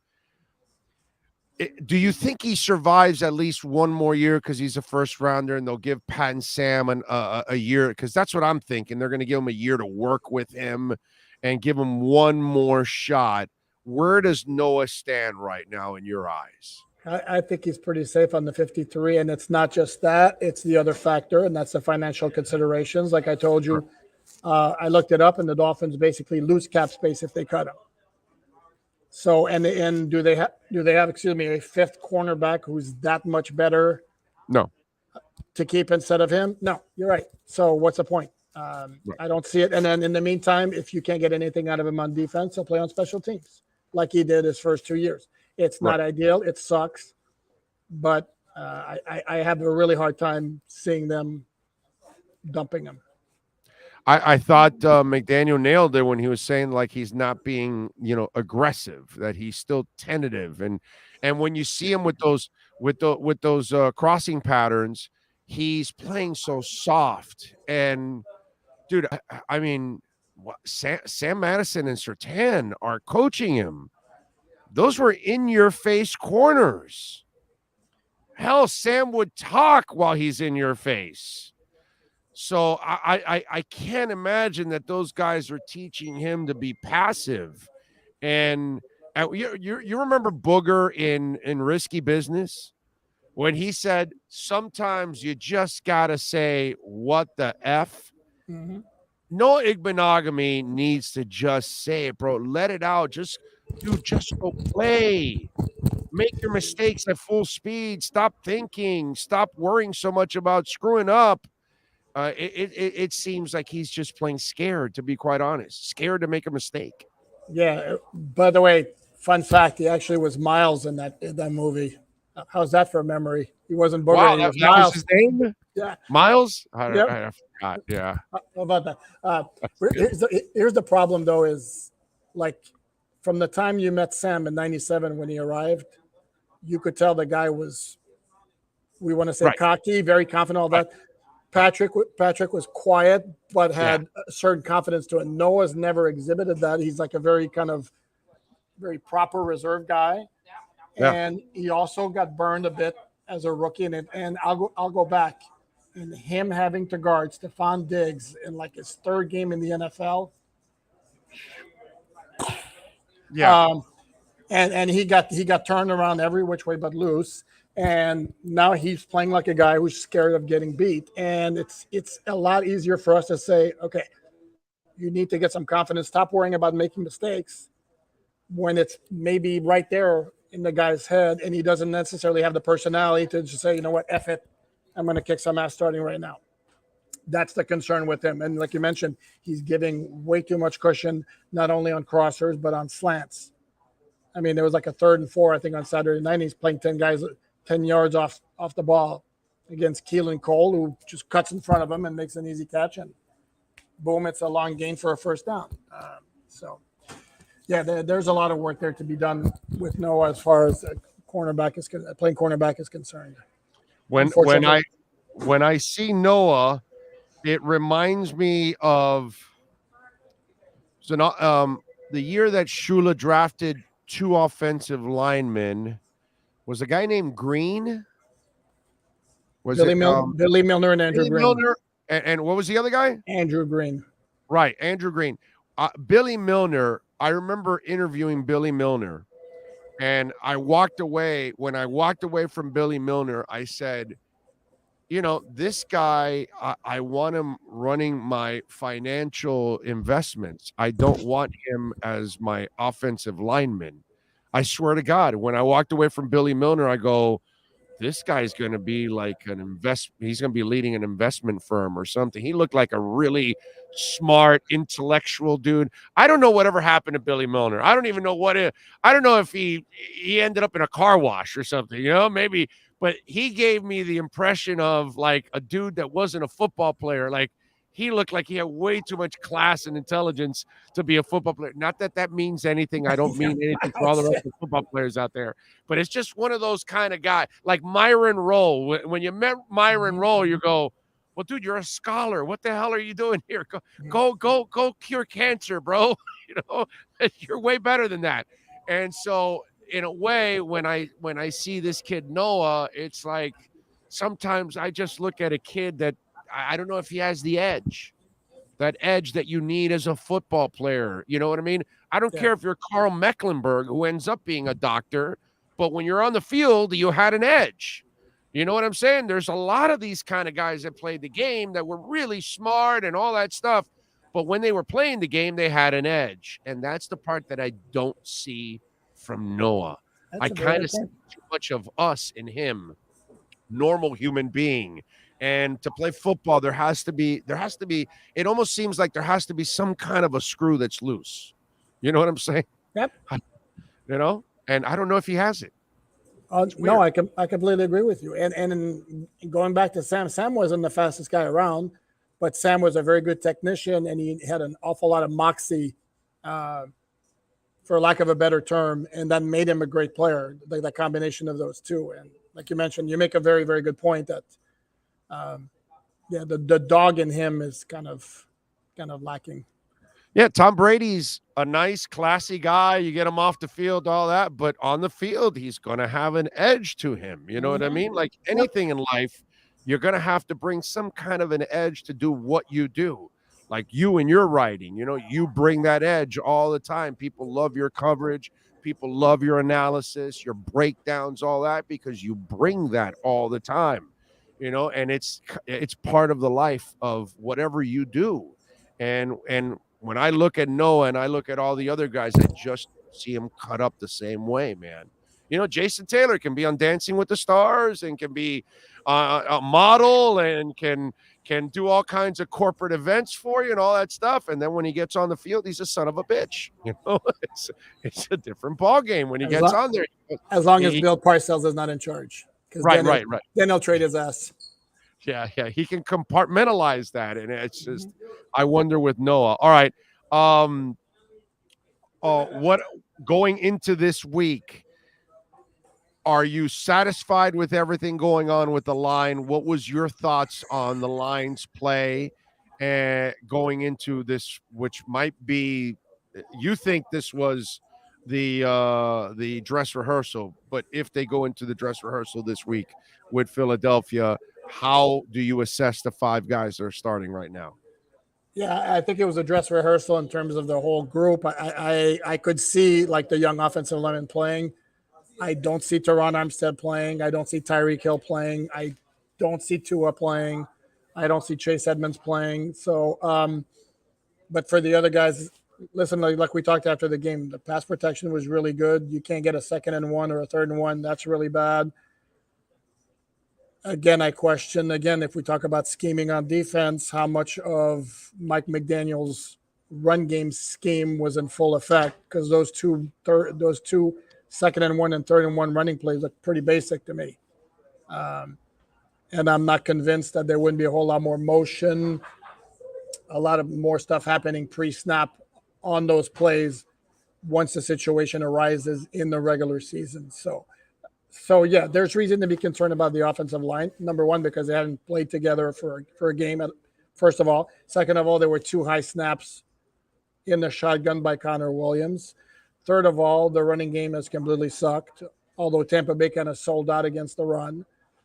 So, and there were a couple of decent runs.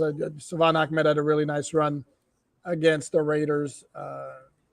So yeah, there's reason to be concerned about the offensive line. I'm not ready to push the panic button yet, though. Okay, you just mentioned my follow-up question. Is Sony Michel the number 3 back on this team, or is there a dark horse there out of the other cats that have been here, or is it Quandre White who scored this week? Do any of those guys have a shot? Because the other 2 guys are locked in, obviously. So, and do you think? And then the follow-up question to that is, who do you think has a shot at 3? If nobody has a shot at 3, are they keeping 4 outside of the fullback? I can't see it because I don't know. To me, it's Chase Edmonds, Raheem Mostert, so clearly above the rest of the pack. I'd be lying to you if I said I've seen anything that's really dazzled me with Sony Michel. I know he's got the resume and he's had some really good games with the Patriots. Did a good job for the Rams. By the way, he year. has also the resume of uneven too. Not let's. The resume is all of it. It's injuries, it's uneven play, it's fumbling, and yes, successes too. But he also has the negatives, and that's why he's here. And he's had multiple teams already in a very short career. It's also why he signed a 1-year contract fairly late in the process too. Yeah, no, I haven't been dazzled by him. I'd be lying if I said I were. So having said that, where once I thought he was a lock to be the number 3 guy, I don't feel that way anymore at all. I think it's a free for all. It could be Myles Gaskin, who isn't flashy, doesn't dazzle or anything like that, but it's very efficient. Yeah. I could see Savon Ahmed because there's some upside there. I'm not buying Zaquandre White, and then he's practice squad. He had a nice touchdown against the Raiders, but I don't buy it. So right now, to me, it's almost flip a coin between the 3, Ahmed, Gaskin, Michelle, and I have a hard time seeing them keeping 4 halfbacks when they have a surplus of wide receivers, when they're going to keep 3 quarterbacks. It doesn't make sense, and then you can't justify that in my eyes. Yeah, actually, the Zaquandre White touchdown was more impressive. The Skyler throw, lead, touch, pass, all that. That's really what made that touchdown for me, actually, because the kid was under pressure, yet he was able to flick it with the touch to lead Zaquandre into the touchdown. So to me, that was the impressive part of White's touchdown. It was the quarterback play, really, not the running back. He made it for the running back nice and easy. But he made a nice move. He made a nice move in the open field. He did. I'll give him credit. But I love the touch pass from Skyler. All right. What are you working on over at Sports Illustrated, alldolphins.com, which you must bookmark out there, Dolphin Nation. What are you working on your 400 articles today? Well, I'll just throw out a couple of them. I continued with the countdown, which is at number 17 today. And as I wrote, it features the player who God, Tannehill is there.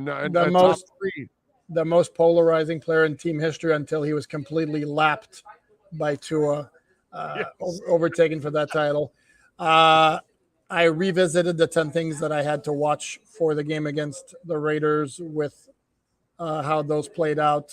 Pretty thorough look at a bunch of different topics, including Gesicki to Skyler, the offensive line, and the like. And then this afternoon, I'm going to do roster projection 3.0. There you go.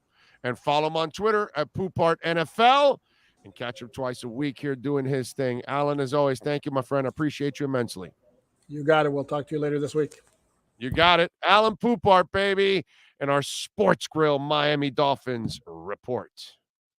This has been the Sports Grill Miami Dolphins Insider Report with Alan Poupard, exclusively on the Big O Radio Show. Make sure you subscribe to the podcast and never miss a report. Search Big O Radio Show on most platforms. Visit Sports Grill in our sponsored locations in Miami on Bird Road and 114th and in Miami Lakes in the Royal Oaks Plaza.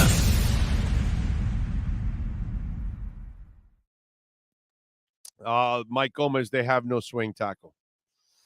That's what they don't have. They don't have a swing tackle right now. Coleman or Greg Little, none of them can be reliable at all at swing tackle. They probably will try to get a veteran or somebody cut because right now they haven't had anybody that is – Coleman is a guy that can go again on the practice squad.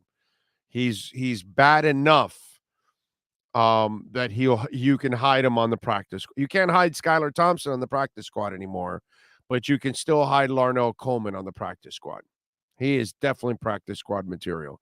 He is not swing tackle. He does not deserve to be on the 53-man roster. They're probably going to try to find some kind of a veteran, or Robert Jones may end up getting some of that time at tackle, or they move Robert Jones or another guy at guard and move Liam Eichenberg out to the swing tackle.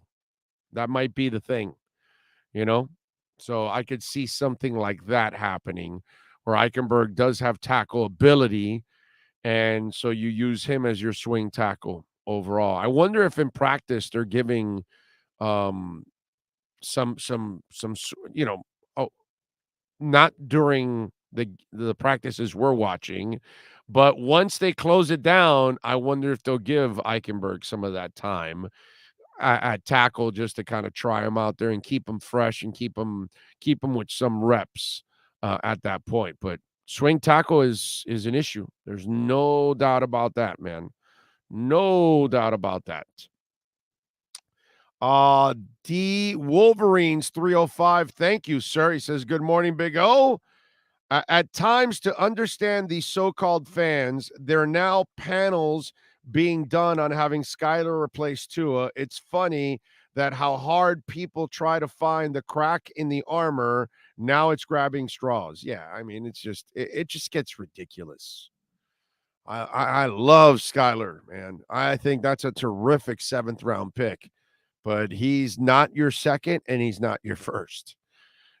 Keep the kid stashed for now, develop him, give him an opportunity to grow, give him an opportunity to learn defenses, give him an opportunity to see the Bills a couple of times, to see the Patriots, to see all these teams. That's how you let the kid grow. Let him watch Teddy and Tua prepare every week and how they watch film and how they prepare and what they're looking for and all that.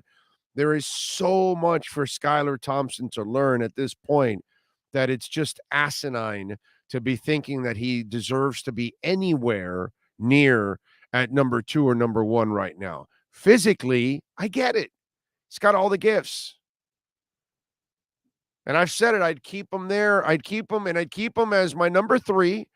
And I could use him in my, Hail Mary situation. If I want to run a little wildcat with him, maybe I'll use him instead of, Tua or something like that. I get it. There's some things you maybe can do with him. Like I told you, the key will be is that the backups at other positions be two-way players. But keeping Skyler's not a problem. Develop him. That's the key. Okay? Let's see. I'm not going to matter in this long run. Greer has done a good job since taking the full-time GM job. No GM is perfect, but look around the league. Greer has been better than more than half the league at finding talent and drafting well. I agree. I've said it many times. Chris Greer, Reggie McKenzie, and Marvin Allen will prove to be one of the best front offices in the NFL. That's all. Pretty simple, but I get it, man. People want to overreact and get all crazy. Big O, what do our division rivals and Tua haters have in common? They both want to see the team fail and prove their point. It's probably true. What else? Magic Ball 8 told me Tua will be the starter for years and Skyler will also be good. That teams will be knocking on the door to trade for him. Well, I hope so. I hope they can develop him into a trade piece. That would be pretty damn good, man. Pretty damn good. All right, man. Hey, listen, for most of us, learning a second language, ¿quieres aprender español? You're out here in South Florida, right? And for you young guys out there, you want to meet some of las muchachas. You know what I'm saying? Maybe you got to go to high school or college. Well, you got to deal with all the other academics. Well, now there's Babbel, folks. The language learning app that sold more than 10 million subscriptions. And there's really, it's addictive. It's addictively fun, actually. See, don't you like something that's addictive but addictively fun? That's awesome. And it's an easy way to learn a new language. That way, when I meet you, podemos hablar un poquito español. Anyway, whether you'll be traveling abroad, connecting in a deeper way with your family, or maybe you just have some free time, Babbel teaches bite-sized language lessons that you can actually use in the real world. Now, I know time is one of those things. Well, Babbel's 15-minute lessons make it the perfect way to learn a new language on the go. So you can do it piecemeal style, man. It's a beautiful thing. Other language learning apps, that is, use AI for their lesson plans, but Babbel's lessons were created by over 100 language experts. Their teaching methods have been significantly proven to be effective. With Babbel, you can choose from 14 different languages, including Espanol, French, Italian, and German. Plus, Babbel's speech recognition technology helps to improve your pronunciation and accent, which is a beautiful thing. That way they can understand you a little bit better. There's so many ways to learn with Babbel. In addition to lessons, you can access podcasts, games, videos, stories, and even live classes. And I've gone through the experience myself to check it out, and it really helps you in actually growing and learning the language at a much faster pace. Plus, it comes with a 20-day money-back guarantee. Start your new language learning journey today with Babbel. Right now, folks, how about this? We're going to save you 60% off your subscription when you go to Babbel.com/Big O. That's Babbel.com/Big O. Save up to 60% for your subscription. Babbel, language for life. Or shall I say language para vida. All right. True Fin fan chiming in with a little love on the super chat. He is rock solid as always. Is Big O, when did you become a Dolphin fan? Birth. I mean, since I was a child. I can remember as a child giving my dad fives while we're watching, the Dolphins win the Super Bowl in the 70s. I was, had my little Dolphin shirt on and all that kind of stuff. Had no idea what was going on, because you got to remember when they won their second Super Bowl, I was 7. Their first Super Bowl, I was 7. Their second Super Bowl, I was 8. So I'm watching it with my dad, but come on, man, you don't really. And a 7 and 8 year old in the early 70s compared to a 7 and 8 year old now there's a world of difference. Okay. An 8-year-old now knows more than I do at 55, but no, seriously, an 8-year-old is so much more advanced than an 8-year-old in the early 70s. So I watched it and I was a Dolphins fan. I've been a Dolphin fan ever since, because that's when my dad was a Dolphins fan. The only thing I didn't pick up from him was the Yankees, because he was a Yankees fan. I chose the Phillies. Okay, because I was in a neighborhood where you were either a Yankees, a Reds, a Dodgers, an Orioles, or a Red Sox fan. Like, they dominated. Those were all the teams that all the kids liked. And I was just, no way, I'm not doing this. I'm going against the grain. And I went with my Philadelphia Phillies. So I was a Mike Schmidt guy for many, many years. Oh, but I mean, they had a whole bunch of guys, Boone and Trio and Carlton and whatever. I mean, it was a great run with a whole bunch of terrific players, and got one of them in 1980, which was a beautiful thing. But I've been a Dolphin fan my whole life. That's all I had down here. Then we got the Strikers. And then as we got the Heat, I dropped the Sixers. As we got the Marlins, I dropped the Phillies. And we got the Panthers, I dropped the Flyers. And so when I inherited the Phillies, I ended up inheriting the other two teams. I used to go to Philadelphia, and for those of you that don't know, my dad was a trucker, and he would buy trucks up in Dover and in Philadelphia auctions all the time. And he went religiously to Dover, Mass, and to Philadelphia, Pennsylvania, and there were trucker auctions there all the time. So back in the early 70s, all the way into the early 80s, Panama started building banks like in every block of downtown. If you ever gone to Panama, they were washing everybody's money back in the 70s and early 80s. And so Panama they were building banks and banks and banks. So the construction was crazy. So he was creating dump trucks. He would buy the cab with the flatbed, and we would purchase 3 or 4 of them, and we'd stack them on top of each other. So the it'd be 2, 3, 4 trucks, and we'd drive them down from the north, and then he'd build them up into dump trucks and then ship them down to Panama for sale. And because I went to Philadelphia so much. I went to Dover too, but Dover was kind of boring. Sorry, folks in Dover. I don't mean anything bad by it, but I mean, whatever. But Philadelphia was fun. I would go to Market Street. I would buy my ponies, Daryl Dawkins ponies, that kind of stuff, some Dr. J's, all that. Market Street always had some great deals. So I would go to the Spectrum. I would go to Vet Stadium, all that kind of stuff when I would go to Philadelphia with my dad. And what's it called? Even went to see the Flyers. So those were my teams while I didn't have any down here. So that is how my sports hood started. And then obviously always a hometown guy. So as we got our hometown teams, I was able to drop my Phillies and move over. Yeah, Tug McGraw, Brett. Yes. Tug McGraw hitting that glove on the thigh. Rest in peace, Tug McGraw, right? I think we lost him. I'm sorry. I think we lost Tug McGraw a few years back. Dougie Fresh says, Allen mentioned the Bengals O-line hit on the Giants D lineman and how these two will always see the play differently. So what is gray and what makes an O-line play unquestionably dirty?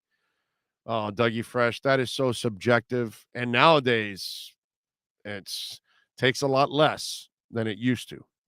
But that's one of those where it's play by play, and you have to decide, how do you go? Where did you go too far on this or not? Big O, not a Miami Marlins fan. I mean Marlins. Yes, of course. I just said that, Bromar. When we got the Marlins, I dropped the Phillies.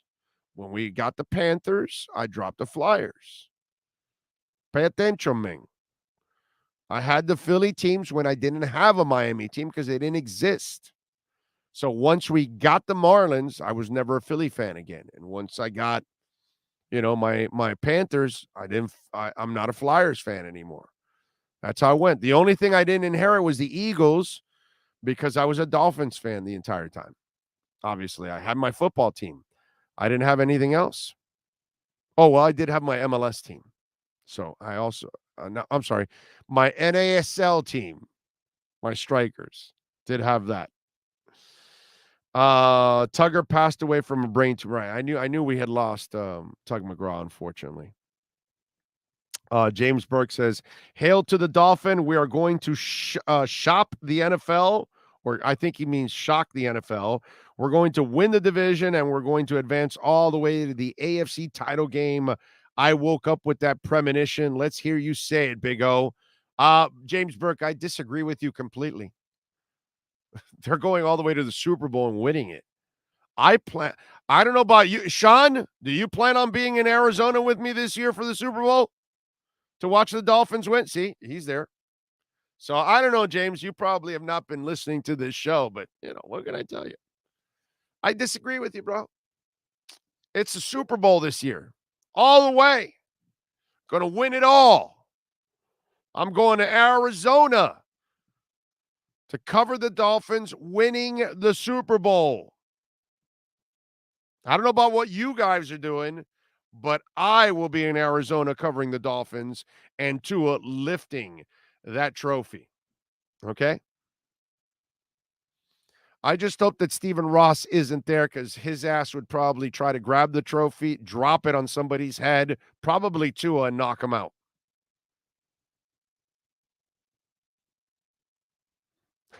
And Big O speaks Spanish, and the porn bots come out. So you were a Sixers fan too before that. Yep, before the Heat. Yes. I have right next to me is a Dr. J poster, man. I don't know. How can I let me see. I can take a picture of it. So there you go.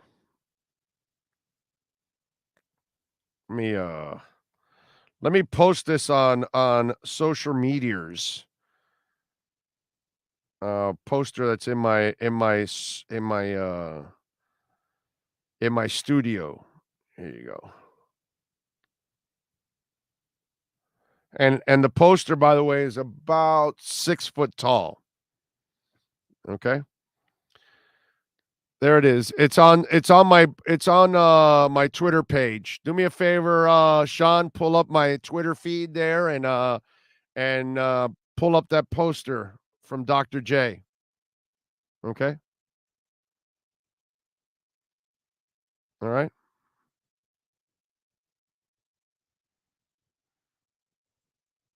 Minute.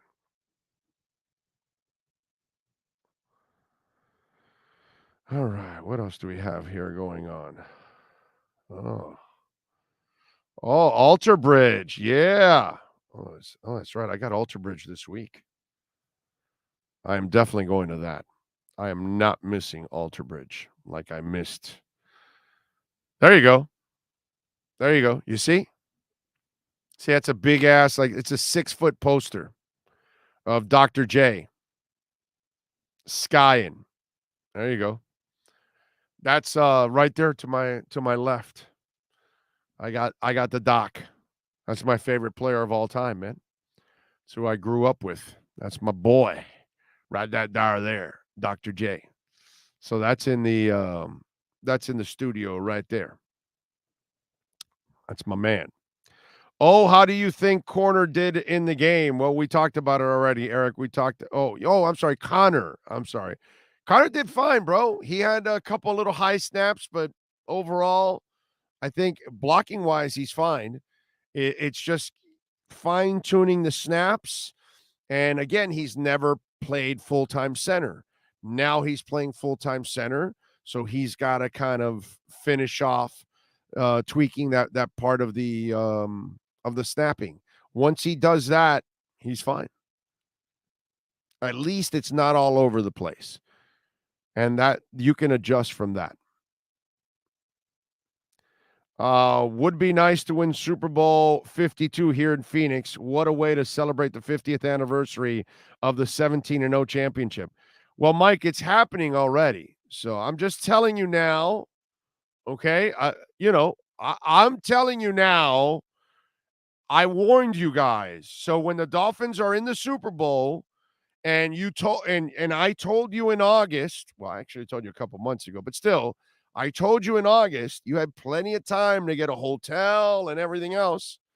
When everything is sold out and it's too expensive to go, you could have said you're going to say to yourself, I should have listened to O in August. I should have gotten my reservations. I'm just saying. Stevenson Lee says most Floridians were Yankee fans. Amen. And Cubans, oh my God. Cubans love the Yankees, bro. They loved a little bit of the Reds because the big red machine was big, and Tony Perez, kind of brought a lot of Cubans over to the Reds. Some of them like Red Sox. Some of them like the Dodgers. Even some actually Cubans that came over became Orioles fans because of Miami Baseball Stadium, and you would see the Orioles every spring training. So some people became, but mostly Cubans, Yankees, dude, Yankees. And that's because they were following them from the island. Usually those Yankee fans, the Cuban Yankee, I can only speak about Cubans. I can't speak about any other nationality. But the Cubans usually that you see that are Yankee fans, those fanatics were following them since the island. They just came over and they're like, oh yeah, no, I'm a Yankees fan. It's just one of those things. Definitely. But Yankees were, number one. There was no way I would be a Yankee fan. No way. It's too easy. No. Not picking the team that wins 8,000 titles, bro. I'm not doing that shit. No. I'm going to pick the team that doesn't win titles and got to, get it done. That's me, Philadelphia. That's what I did. That's direction I was going to go in. Big O, what makes you confident that they're going to win the Super Bowl? I said it. That's it. That's all it takes, Daniel Hoffman. I'm telling you, it's going to happen. It's going to happen. It's over. Who told you to hire Chris Greer and fire Mike Tannenbaum and Adam Gase? Did it not happen? Did it not happen? Yeah. Who said Flo was going to get fired during a winning streak? Just saying, man. I can't do anything about these things. Who's the only guy that said you must trade Huberto to go get a star? I can't, Daniel, I can't do that. I have no, I can't tell you the lotto numbers. But damn, I got to tell you, when it comes to local sports, there's a burden I carry. Okay? It's a burden, I'm telling you. It's just one of those things. Don't know. I don't know why it happens, but it happens. Somebody said Javon Holland was, a good pick at safety and for the Dolphins. They picked Javon Holland. I don't know. It's just, I can't tell you, man. It's just something that happens there. It's there. So, Dolphins are winning the Super Bowl this year. That's all. And I will be in Arizona. Now, you all are welcome to come join me. Pay your own way, of course. But you're all more than welcome to come join me and Tua winning the Super Bowl. That's all I'm saying. And when we do win the Super Bowl in February, and we're all in Arizona, you got to make sure you treat Sean to some food. Lunch, dinner, no drinks. Sean's not a drinker. He doesn't need you to. No. But that's the agreement, okay? Once we win the Super Bowl, you got to treat Sean Stanley to something. Okay? While we're there in Arizona, treat that man. Patricia says, it's like Big O said, we need players that are versatile. No more Preston Williams or Albert Wilson, like Bowden. Be a wide receiver, kick returner, punt returner. And Patricia, he is working his way to trying to be that sixth guy. I think he might end up knocking out Craycraft. Yep. Oh, 560. You are right, Daniel Hoffman. Who said over a year ago that they would file for bankruptcy? Damn it, Daniel, you're good, bro. I forgot that I said that they would be filing for bankruptcy, and sure enough, they soon will be filing for bankruptcy. Oh, by the way, somebody tell you that Joe Rose is going to be retiring soon, and he'll be retiring at the end of the year. I mean, what can I tell you? I can't help it. I can't help it. It happens. It's crazy. It really is. But, it just, I wish I could predict the lotto numbers, what's the other one? Powerball. What's the other one that everybody can Mega Millions, right? Is that the one that the whole country, the one that went up to over $1 billion recently? I can't get that. I can give you a stupid ass sports prediction, but I can't give you the damn numbers. Big O did say Flores was going to get fired even with a 7-game winning streak, and nobody believed him. Well, that's all right. Thank you, Heat Fins. Appreciate it. Oh, last season you were saying 2021 is the tuning, 2022 is the championship. Here we go. I told you guys last year was the tune-up. We had to get rid of Flo. We had to get an oil change, and we got a Mike McDaniel oil change, and we're now ready to go for a title.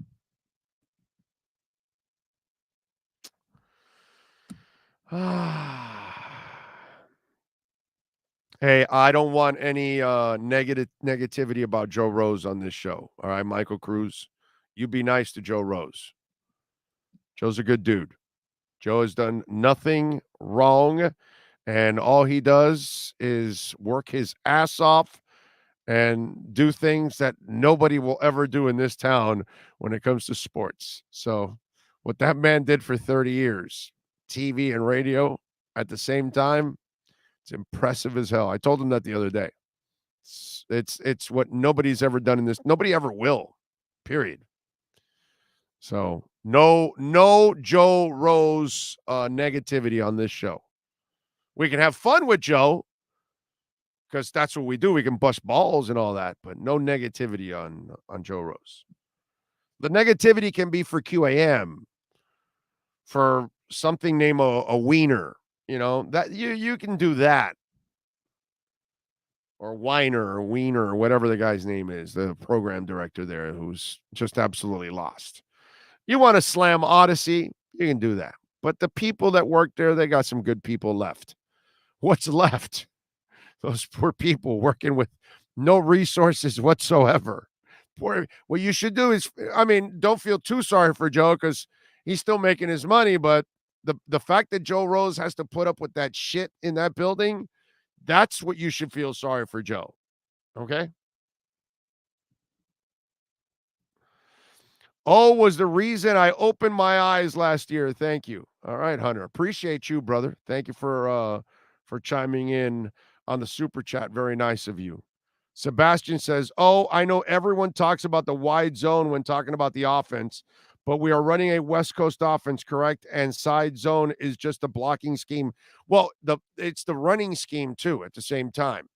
So yes, you're playing a West Coast offense with an outside zone scheme when it comes to the running. Yes. Big O Nostradamus or Sportstradamus. Because I can't do anything else out of sports. Can't predict a damn thing outside of sports. Everything else, well, we kind of get it done. All right. I'll buy QAM with my quarter and turn it back into a badass sports station it was. No, man of 1,000. You don't want to do that, bro. That's bad business. You don't want to do that. You want listen. If you run into a millionaire or a billionaire, okay, and they want to build a monster, have them come see me and we'll build a digital monster. You don't build it on radio anymore because you need the antenna, the building, all that kind of stuff. There's all kinds of crazy overhead, plus you got to deal with the FCC. Not worth it. You go to the internet, you don't have to deal with the FCC, you don't have to deal with the overhead, you don't have to deal so much with the government, and you move on. And low overhead, and everybody now carries a phone. Everybody has a smart TV or a smart car, so everybody can catch you one way or another. And that's the beautiful thing about this world. Antennas are dead. Radio is dead because then you have to have commercials. How many commercial breaks have we taken in an hour and 20 minutes? I'm sorry. We've been on for 2 hours and 20 minutes. And we've taken 1 2-minute commercial. One more time. We've been on for 2 hours and 21 minutes, and we've taken 1 2-minute commercial.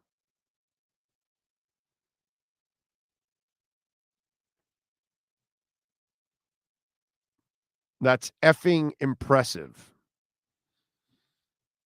In 2 hours and 20 minutes, you would have had an hour of commercials, or maybe more, maybe slightly more, maybe about an hour and 10 minutes of commercials, traffic reports, updates. Like, who needs an update? You have a phone. Just a breaking news headline comes in. That's all you got to mention. You want the scores? Go to your phone. Let me waste your time so I can get in another sponsor.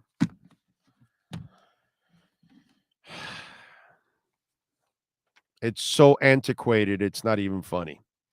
The liquor split matchup of the night. We fell short.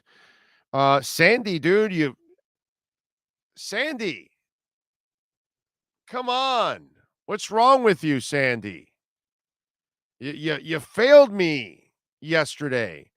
You got bitch slapped yesterday for 6 earned runs and 10 hits in 3 2/3.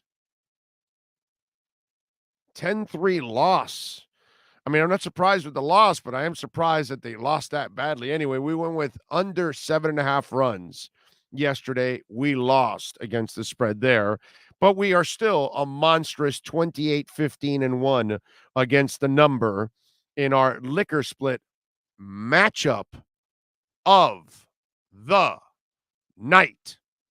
It's time to tap that app. And no one loves to tap that app like the Big O. Here's the liquor split matchup of the night. Righty, we got a game at 9:40 tonight. They're now visiting the sorry-ass A's. And the A's have Adam Aller on the mound, 2-5 with a 6.63 ERA. Pablo Inconsistent Lopez, 7-8 and a 3.83 ERA. I'm a big fan of Pablo. Poor guy has completely gone off the rails. Man, it's tough. And the Marlins are favored by a 1.5. The over and under is 7. And Miami is minus 145 in the money line. And the A's are minus 120. I got to tell you something. I don't trust Pablo. I don't trust Miami. I don't trust Adam Aller. So I'm going to go over 7 runs here, believe it or not, because Pablo has not been the guy. The A's are a terrible team, and I know the Marlins aren't any great shakes, but because I don't expect great pitching, I expect at least some runs here. So I'm actually going to go over 7 runs in this matchup. Yeah, I know I'm going out on a limb here. They did score 3 yesterday, so you figure maybe they can get 4 today, and the other team can get another 4 or 5. So I'm gonna go over 7 runs here. I'm gonna go out on a limb. Okay, let's go over 7 A's and Marlins tonight in our liquor split matchup of the night. And don't forget to download the app, iOS or Android. Remember, in Tampa, we now have liquor split Big O15. You will get 15% off. Here in Miami, if you're in Wynwood, if you're in South Beach, if you're in the Grove, if you're in Westchester, you're in Flagami, I'm telling you, Coconut Grove, order it, download the app, iOS or Android, keep the party going, keep the get-together going, keep that special someone with you. You don't want to leave. You don't want to be drinking and driving. $2.99 flat fee. Tap that app. Replace that vodka you ran out with, that wine, that whiskey, that beer, the chips, the smokes. They've got it all for you. Go to Liquor Split, download the app, and use our code on your first order. You will get 15% off. Are you listening, Miami? Are you listening, Tampa? Liquorsplit.com. The matchup of the night is brought to you by Liquor Split, Miami's own online liquor store. Liquor Split. Download the Tap That app and get your favorite liquor delivered to you for just $2.99. No risk, no drinking and driving. Tap that app with Liquor Split. All righty. Richard Ray, thank you for the love on the super chat. He says, Big O, I'd like to hear your thoughts on the offensive line. I don't see the running game we need. Am I overreacting, or do you think we'll be okay? I think they'll be okay. You need to rewind and listen to the earlier part of the show where I kind of go through it thoroughly there and kind of talk about the breakdown of the offensive line and what you're kind of looking at right now. But I don't believe that you need to panic right now. We need to wait till the regular season when they're scheming for Rio, when Teron Armstead is in there. So we talked a little bit about it in the postgame show on Saturday. It's there also for you, and we talked about it earlier on the show here. I appreciate you, as always, listening, Richard. Thank you very much. Big O, is it time to start changing Don Mattingly at manager for the Marlins? And Nano Filmmaker, that will do what? Is that going to make Avisail Garcia better? Is that going to make it a good contract? Is that supposed to make Soler a monster?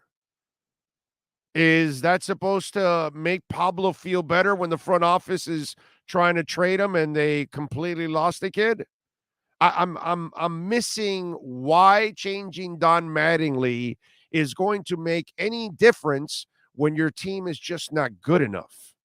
So is the next manager supposed to have some pixie dust? Is that what's supposed to happen, Nano? I'm sorry. Are we hiring a genie to be a manager? Oh, rub the lamp for your wish. So every player on the team gets a wish? So they can all wish to hit? Is that what we're doing, Nano? I'm sorry. I must have missed it that the manager is going to actually make a difference in payroll and talent. I must have missed that, Nano filmmaker. In fact, I must have missed that movie. Yeah, no. I'm not a Don Mattingly fan. I've never, ever been a Don Mattingly fan as a manager. I have all the admiration for him as a player, as a human being, because he does have empathy. He is a good person, you can tell.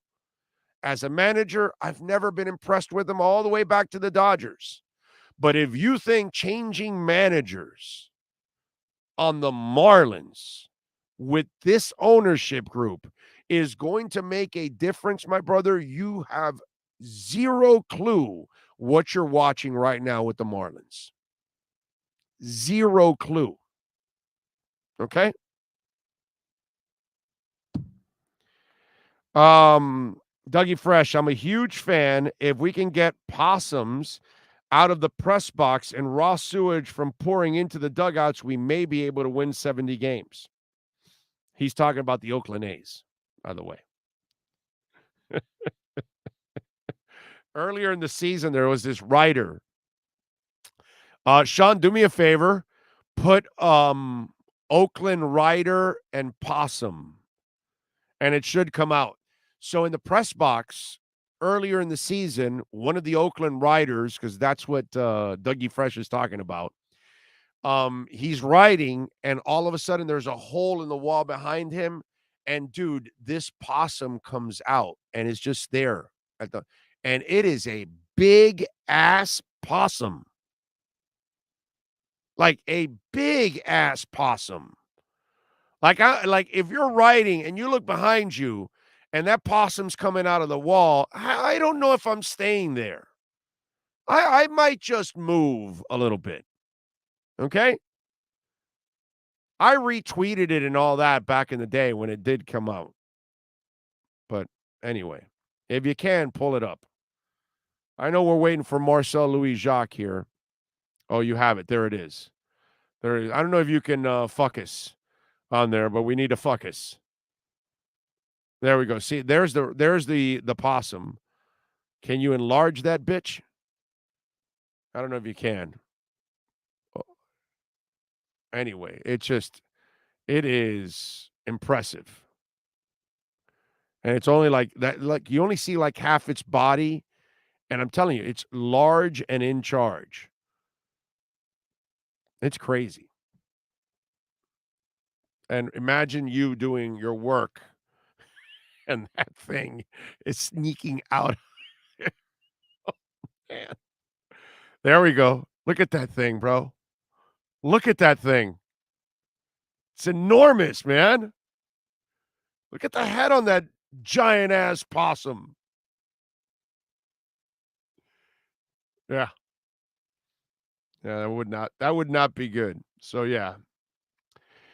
An app that delivers weed, liquor, and hot chicks. I don't know, but if that would work till it got shut down. Well, that sounds like the kind of one that it could initially start in Vegas.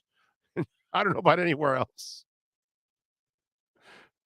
Now, it's got to be at the Bunny Ranch, right? Because it's not like they can do it in Vegas, but they've got to then approve that, you know? But Vegas would be the only one that would approve something like that. Not that it has been approved, but, you know. Weed, liquor, and hot chicks. Yeah, that could be a hell of a combination for some guys. In less than a year, this O-line's pass protection has vastly improved with the same players of last year. Well, we'll see now when the season starts, but I believe I'm with you. I think they have improved. Until the Marlins start spending money, we're stuck in the same hole since 2003. Amen. Big O, I'm a Ravens fan. Should we pay Lamar Jackson? You know, John, I'm glad you brought that up. I have this story here. And I saw where they reported that they offered Lamar more money than Kyler Murray, but the Deshaun Watson deal ended up complicating things. So they've got 2 weeks left to negotiate. After that, it goes with the season. I think the Ravens have put up a nice front. I think they want to go into the season and let him gamble on it, and that'll decide whether they've got to sign him or not and tag him at the end of the year. They're going to control it anyways because they can tag him, and he's not going anywhere. So it doesn't really matter. But if he flops this year, I'm saying, then you've got a chance and an excuse to say, well, yeah, no, we can't give you that guaranteed money. Look, the Ravens are in a very difficult position. Okay, those of you that have listened to this show or watched it for a long time, you know that I like Lamar Jackson personally. He's a great kid, you can tell. He's a phenomenal young man. I have no belief in him as a passer. I never have, and I never will. Until he proves me completely wrong, then I'll believe it. Just like Ryan Tannehill. Never believed it, has always proven me right when it's all said and done. But Baltimore has put themselves in a really difficult position. Why do I say that? Because they've built the offense around a quarterback that there's only one guy on the entire planet that can do what Lamar does.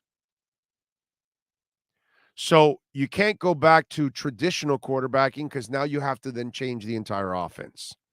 So you have committed to the young man, but now the Watson deal complicates everything because you've got a running quarterback and you don't want to give a running quarterback all those kind of guarantees. So if you've offered him a little more than Murray, but now he wants what Watson got, that creates a real problem for the Ravens. But the Ravens are committed to this kind of football and this player, the only one that can do this. So what are you going to do? Change midstream now and change your entire offense? You can't. So this is why I think, and this is the cynical one in me, because I've been at this for 32 years, and I've seen a lot of lying, a lot of misdirecting, all kinds of stuff in this league. I think the Ravens might want to take the gamble of going the season without a deal and let him prove it and force them to tag him, if anything, at the end of the year. But to give him a fully guaranteed contract is asinine. He's already breaking down. It's already started. Why? Because you can only take so many hits. I don't care if you're Cam Newton, they will break you down. I don't care if you're Tim Tebow, they will break your ass down. All of these big, tough quarterbacks have all ended up suffering injuries. Andrew Luck was a tree trunk, and they beat his ass down. I don't care how big and how strong you are. You can only take so much of a beating in this league. So that's the gamble that they've put themselves in a very difficult position. And the kind of quarterback that there's no way you would give a fully guaranteed contract to. But you have committed to it. He has produced numbers. He has produced crazy-ass stats. And if you really think you can win a Super Bowl playing this kind of football, which to me there's no way in hell you do, because you got to beat people with this eventually. You can't run your way to the title. I'm sorry. It's too one-dimensional. We'll see. But this one's kind of interesting. What do you got, Sean? Giants pass rusher Kayvon Thibodeau sprained MCL, out about 3 weeks. So Kayvon Thibodeau, wow. All right, 3 weeks. Wow, that sucks. All right, let's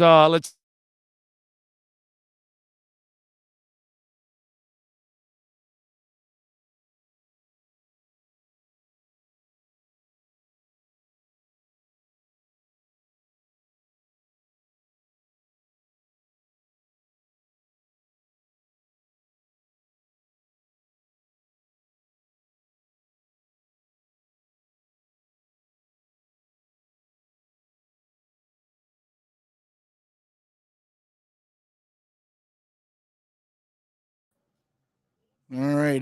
Did O freeze or did I freeze? Trying to figure it out here. Let me go to the comments. Big O froze. Uh-oh. All right. We'll see if we can get O back in here in a minute. I do see Marcel there in, ready to go. Okay. The stream froze. Okay, perfect. We got Marcel standing by. Going to try to get O back connected here real quick. Give me a minute. We're going to jump off onto, let me give O a call. We're going to find out what's going on with him. Marcel Louis, Jock standing by. So we'll be right back on the Big O Radio Show. Sports Grill on Bird Road, Miami Lakes, and their newest location in Doral is now hiring. If you're looking to join a great company and South Florida institution, give them a ring or drop an email. Sports Grill is hiring all kinds of positions from hostess to...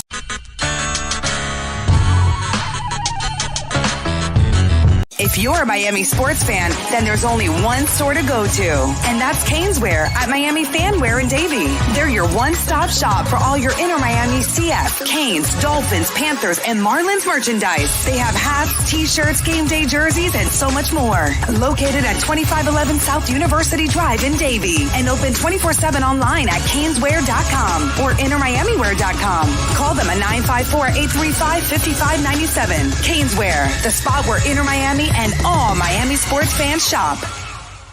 Sports Grill on Bird Road, Miami Lakes, and their newest location in Doral is now hiring. If you're looking to join a great company and South Florida institution, give them a ring or drop an email. Sports Grill is hiring all kinds of positions from hostess to servers, bartenders, or join the kitchen staff to craft some great food for their amazing customers. Please send your resume to m.cruz@sportsgrillmiami.com or call 305-219-5726. That's 305-219-5726. Sports Grill. Good food, good drink, good friends. Red Recover now offers a simple-to-use, professional-grade light therapy device designed to help your dog heal and live a healthier life. Red Recover emits red and infrared light therapy based on the same science that NASA developed, all in a soft, flexible housing pad powered by a convenient, rechargeable lithium-ion battery. Give your dog the same therapy that many veterinarians use today, but at a fraction of the cost. Pads are available in 3 sizes and come with attachment straps, clips, and an easy-to-use manual. Red Recover can help your dog with arthritic conditions, muscle soreness, intervertebral disc disease, ACL rehabilitation, performance, aging, and general health and happiness. You simply place the pad over the desired area and allow our proprietary Tri-Light therapeutic wrap to penetrate deep into the tissue where a number of healing parameters will be stimulated. When starting treatment, apply for 10 to 15 minutes daily and lessen the application time as needed for best results. Say yes to science and give your dog the care it deserves with Red Recover.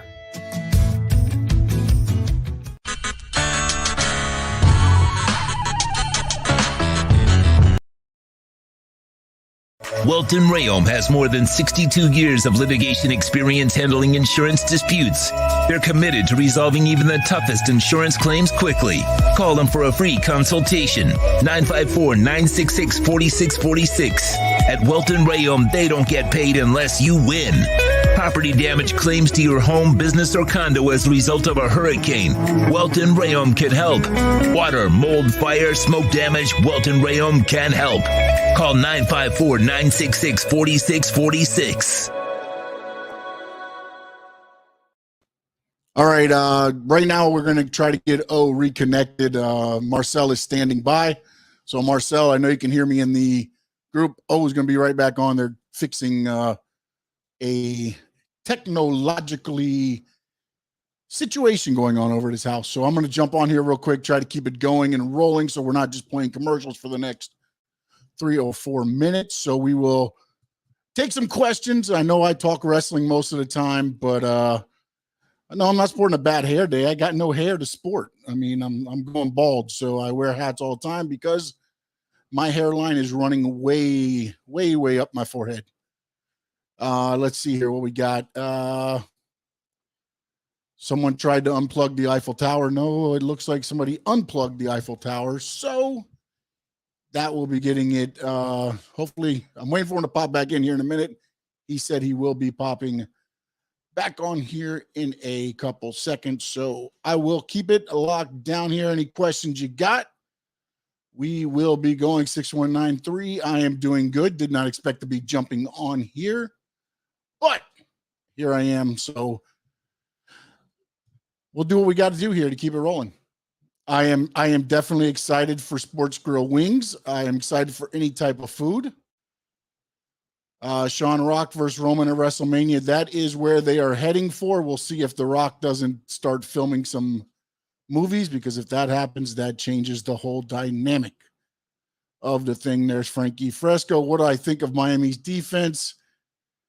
I thought, again, I don't know if they're playing vanilla defense. Didn't like they were doing a lot up front as far as, stunts and everything. But I think the defense will be fine. They got to get that corner Byron Jones back. And I think with those DBs and that, you can do a lot with the front seven. So it's going to be a good season, I believe, for the defense, as long as Noah's not out there. Favorite flavor of wings, that would be the great barbecue garlic. Hold on a minute. Let me see if O has called me back. Nothing yet. Barbecue garlic would be my wings of choice. The situation with CM Punk at work, no, everything backstage says it is not a work, and it's just looks like that's the CM Punk is what you get with CM Punk. He wants to be the again, maybe he's buying a little bit too much in. We'll have to see where that plays out. Hope no dumb kids hit Big O's internet box. My understanding is it was not hit by any dumb kids. They are working on the house because of what the damage the kids did. So hopefully that is it's a simple plug and play. Hopefully, once he can get back on here in a minute. Dougie Fresh. Let's see. Should we be concerned with our lack of depth at cornerback, or do you feel comfortable with what we have at cornerback? I want more at cornerback. That's my personal opinion. I know it's probably asking for O, but my personal opinion is I want more. I want as much depth as possible at cornerback, especially when, there were some injuries just the other night. So we'll see what happens there. Let's see. Come on, the Miami Heat wings at Sports Grill are really good. I've never had the Miami Heat wings, so I cannot say that. As well, let's see. Canes 12 days. That is true. Can't wait for that to kick off. Do you think Tony Khan will finally put his foot down and run AEW like a strict business? I will tell you this much. To me, Tony Khan, he's a great businessman, but he runs wrestling like he's playing with action figures. I want to watch this guy fight this guy, and now let's make him go on my TV show. That's kind of how he runs it, so we'll have to see how that goes. Sean, do you like doing the film breakdown videos? Frankie, I do. And you can check him out at Sean_Stanley11. And now my fat face is getting off, and now the real man gets on. It's the Big O Show. He's back. Sean is a stud. What are you talking about? Sean is the man. Can't do anything without Sean in this place. Appreciate you all. Just a little technical snafu in the neighborhood, and then it came back up again. So it's pretty good. We got our Viagra. We're back up. We're ready to go. We got our Blue Chew. All right, let's get the edge with Marcel Louis Jacques. Time to get the edge on the Miami Dolphins with our Edge Energy Drink Miami Dolphins report. When you want the energy drink that's delicious and smooth with zero aftertaste, you can only order Edge Energy Drink at myedgedrink.com. That's myedgedrink.com. Here's ESPN Dolphin insider Marcel Louis Jacques. All right. There he is. I'd say we're about 30 seconds away from calling this the Big Sean Show. So I'm glad it actually really is the Big Sean Show every day. That's how you lose. That's how Alex Smith lost a job, man. That's true. That's how, countless NFL players have lost their job, man. Yeah, soon I'll be the producer and he will be the host. That's just the way all it's opportunities, baby. It all. That's how the world evolves. That's just things like that end up happening. So how you feeling? What's the grade from the weekend? Grade. Yeah, it's hard to grade a preseason performance, man. Just they're not doing much. Things that I like. I like the way Tua progressed through his reads. Every pass attempt. Last year we saw it too often. If the first one wasn't there, all bets are off and hell broke loose. That wasn't his fault. That wasn't his fault. All 100% of it wasn't his fault. But you can see the coaching take place here. You can see the coaching is starting to permeate, and the numbers aren't going to pop out at you. I think 6 for 8, 58 yards. It's not going to blow you away for those who are hoping for 2 touchdowns in 2 drives. But I think all that McDaniel really wanted to see is that he's retaining information, and I think and applying what he's learning. And I think Tua definitely displayed an ability to apply the things he's being taught. Run game still concerning, man. It's still concerning. Chase Edmonds had a couple runs. Maybe it'll open up a little bit more, because I think that the run game is going to open up more. It's predicated on defenses being on their toes with this quick passing game. Right. And if they're not doing much there, if they're not doing much there, then it's not going to bleed into opening up the run game. So it's not popping, but it's not something I've been concerned about until the Patriots. By the way, and not that it's going to correct it all, but it will get better once you bring Armstead fully in there, because that will bring balance to the left side of the line. Because if you have Larnell there, then all of a sudden a guy like Eichenberg has to carry more of the weight. Whereas when you bring Armstead in with him and Connor, you could kind of hide Eichenberg a little bit more, and he could kind of go in the groove with everything going on. When you have Larnell there, it just creates more of an imbalance at this point. So the Teron Armstead presence for 4 quarters will make a difference in the running game, and will make a difference along that O-line. It happens a lot to a lot of lines throughout the league, that when they lose that left tackle, it takes them completely out of balance at times. And so that's the other hurdle that they've been dealing with. And I think, I'm not telling you it's going to be a good running game or anything. I'm just saying it'll look better than it looks now if you have Armstead there for 4 quarters. That's all I'm saying. Yeah, he's a steadying presence, if nothing else. So I think, you can't they get an incomplete grade, because then also we're seeing this offense with no Tyreek and no Jalen Waddle, which makes me believe that this Eagles game has to be some sort of dress rehearsal, because you haven't gotten, Tyreek, Jalen, Teron, Tua have not all taken live snaps with each other at the same time. So it's got to be, unless they just steamroll Philadelphia this week. I would expect extended run from Tua and the starters there in week 3. Because, you got to, it was one thing when there's a 4th preseason game and you went right from preseason to regular season, but you got an extra 2 weeks, I think it is now, before that game starts. So there's a little less concern here. And it seems like the Dolphins, this iteration of the Dolphins, are very conscientious of the science behind playing guys in certain positions, in certain spots. So I think if the science tells them this is a risk that is worth taking, then they're going to go for it. Yeah, no, I'm with you there. I think, look, Poupart thinks that this past week was the dress rehearsal, and that this week, because of practicing with Philadelphia, they won't do it. I disagree with him. I think it's the reverse. I actually think Teddy had his dress rehearsal like this week. That's why they played him so much. And I think this coming week now, you're going to see Tua play the half and into the third the way Teddy did, and then Teddy will get a little bit, and then Skyler will finish off the 4th. I think that I'm with you, because you haven't seen everybody together. Hell, you even held out Mostert this week. I think if Mostert's healthy enough, he'll play this week too. I think you'll get the fullback in there if he's healthy enough too.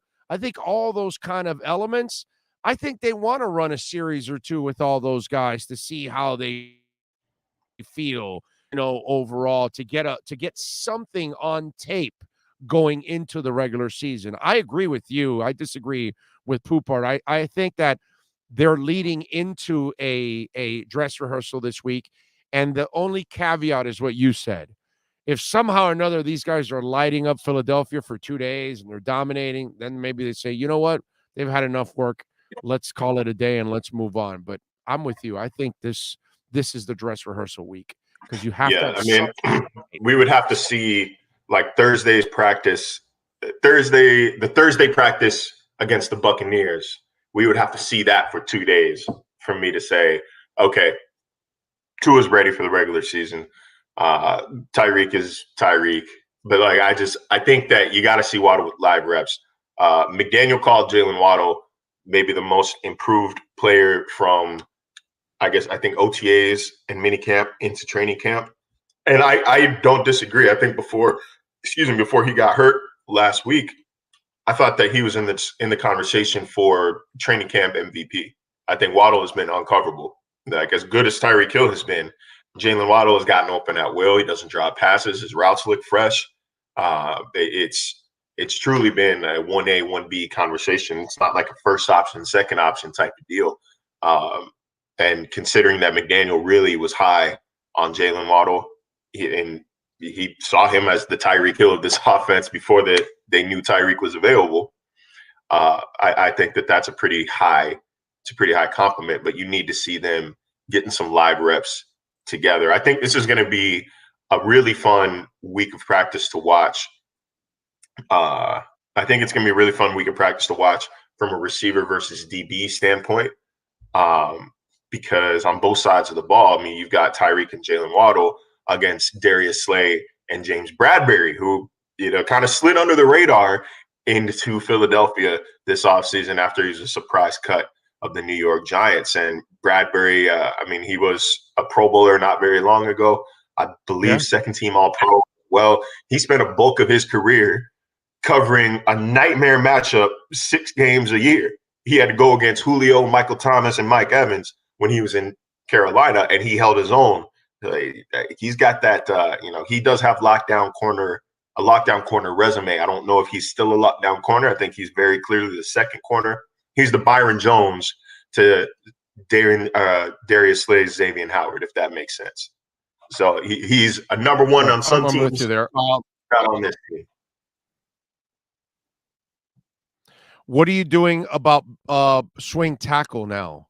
Because I'm almost thinking that you might be having Robert Jones ready to step in at guard for Liam and have Liam be the guy that is ready to be the swing tackle, because I don't see a swing tackle. I think you put Larnell Coleman back on the practice squad again. And Greg Little, I haven't seen anything from Greg Little because he's been injured. So there's nothing to count on there. How concerned are you about the swing tackle right now? Oh, it's the most important depth offensive lineman position, I think. And they don't have anything strong there. They don't have anything that will give you comfort if Armstead or Austin Jackson misses time. And I feel like I had this conversation with somebody who was trying to say that, Larnell Coleman was a fine option. It's like, he's not been. He hasn't been. No, I never said he was a fine option. Did I? Are you? I just said I don't remember who I had the conversation with. Oh, okay. I didn't say it was a fine option, but he was showing some signs at times, but there hasn't been anywhere the consistency that you need from Larnell Coleman. Has he played better than he did last year? Hell yeah. But it's still nowhere what you need to count. And he had a lot of playing time too. It's been a real blessing for him, just like Noah. Both of these guys have had the ultimate blessing that they've had people that are sitting down and giving them plenty of time to show their skills. And they have not been able to bridge the gap, unfortunately. Larnell has played better, okay, but nowhere near what you need to be the swing tackle still. No, and I would guess, like I said, I think he's kind of there by default rather than actually beating out Greg Little, because Greg Little can hardly stay healthy. That's just that's the stigma attached to him throughout his 4-year career is that he doesn't stay healthy and he doesn't produce when he's on the field and he is healthy. It is a concern, but you got to remember as well, there are options. There will be options after cut day. There will be a surprise cut somewhere around the league. There's a possibility that they can fix this by snapping up somebody who I guess just wasn't a fit with their respective team. No names necessarily come to mind because I don't know who might get cut. It's one of those like when you see it. So I think you keep that option open. You keep that hope alive. But as of right now, you are on your knees praying that Teron Armstead can play 17 games. Same thing as for corner, right? With Trill's injury now, Crossan has shown a little something. He got banged up, but he was able to come back in the game. The Kader Kohu guy, they obviously like him because they paid a little extra money to put him on the roster. And then Mackenzie Alexander that they just signed. Who the hell's the fourth corner? I don't know yet, man. It's a position that because people keep getting injured, it's constantly revolving. I am a little concerned about Byron Jones. I will say it right now. I'm a little concerned. Well, let's wait for this week, right? Let's wait for this week. Let's see what happens. Right? If he practices, then fine. We'll see. Right. But I mean, we haven't even seen him on the sideline yet, practicing or doing work to the side. So I feel like there's a natural progression here. You start seeing him work to the side for a week, and then he gets his way in actual practice. I don't think the first time we're going to see him is unless he's doing it behind the scenes, and we don't know about it. I'm sure that he's doing something behind the scenes. But we saw Elijah Campbell, who started the season started training camp on PUP. We saw him doing on-field drills before finally being taken off the list. Like there's a natural progression to this. No one cares about Elijah Campbell. No one cares. It's about the process. Oh, not the player. It's about the process. But you will be writing about Byron Jones and his progress. This way, you have no idea what's going on. So they keep everybody in the dark about one of their better players, and then they can spring it on you and surprise you if you want. Or there could be, delays. Like what you're concerned about. And the point is it could go either way at this time. I think this is the week we find out right now. This is the week because he's got to get on the field somehow to start either practicing and doing something so he could get ready for the regular season. If he's not on the field this week, doesn't even have to play against Philadelphia, but if he's not on the field this week, then I'm with you. Then there's a concern. My concern is that I was told when he had his surgery it was March or April? I think March, that he would be ready for training camp. The expectation is that he would be ready for training camp. And we are 4 weeks in at this point. And he's not even limited in practice. He's not even red jersey in practice. He's not doing team drills yet. He's doing drills by himself. Like I'm concerned not only because we haven't seen him yet, and again, maybe miraculous recovery this week and he's ready, but we haven't seen him yet, and there has been zero viable option behind him. If they had to start the season tomorrow, Mac Jones might throw for 340 yards because you avoid Xavier Howard and you pick on Noah Igbenogany. You put Tyquan Thornton. I don't think Tyquan Thornton's going to be ready. You put Kendrick Bourne on Igbenogany's side. You put Aguilar on Igbenogany's side. Somebody who can run a little bit, who can change direction. And his anticipation skills just aren't there. It's like he doesn't want to trust his athleticism. He doesn't want to trust his technique. He kind of, when the lights are on, even when the lights aren't on, when the sun is on him, at practice, when it matters, he reverts back to this timid style of play that gets him constantly beat. And again, you really hate to see it because he really is a good kid. He really is a good dude. Very mature for his age, very introspective young man. Like, here I am sounding like an old head. I don't turn 30 till Sunday, but he's a good kid. You would like to see him succeed. but the instincts are not there. And that's the one thing you hear that is a constant across the Dolphins beat. The instincts aren't there. And that is a huge problem for they're not instinctual supposed position to on be the there. football field.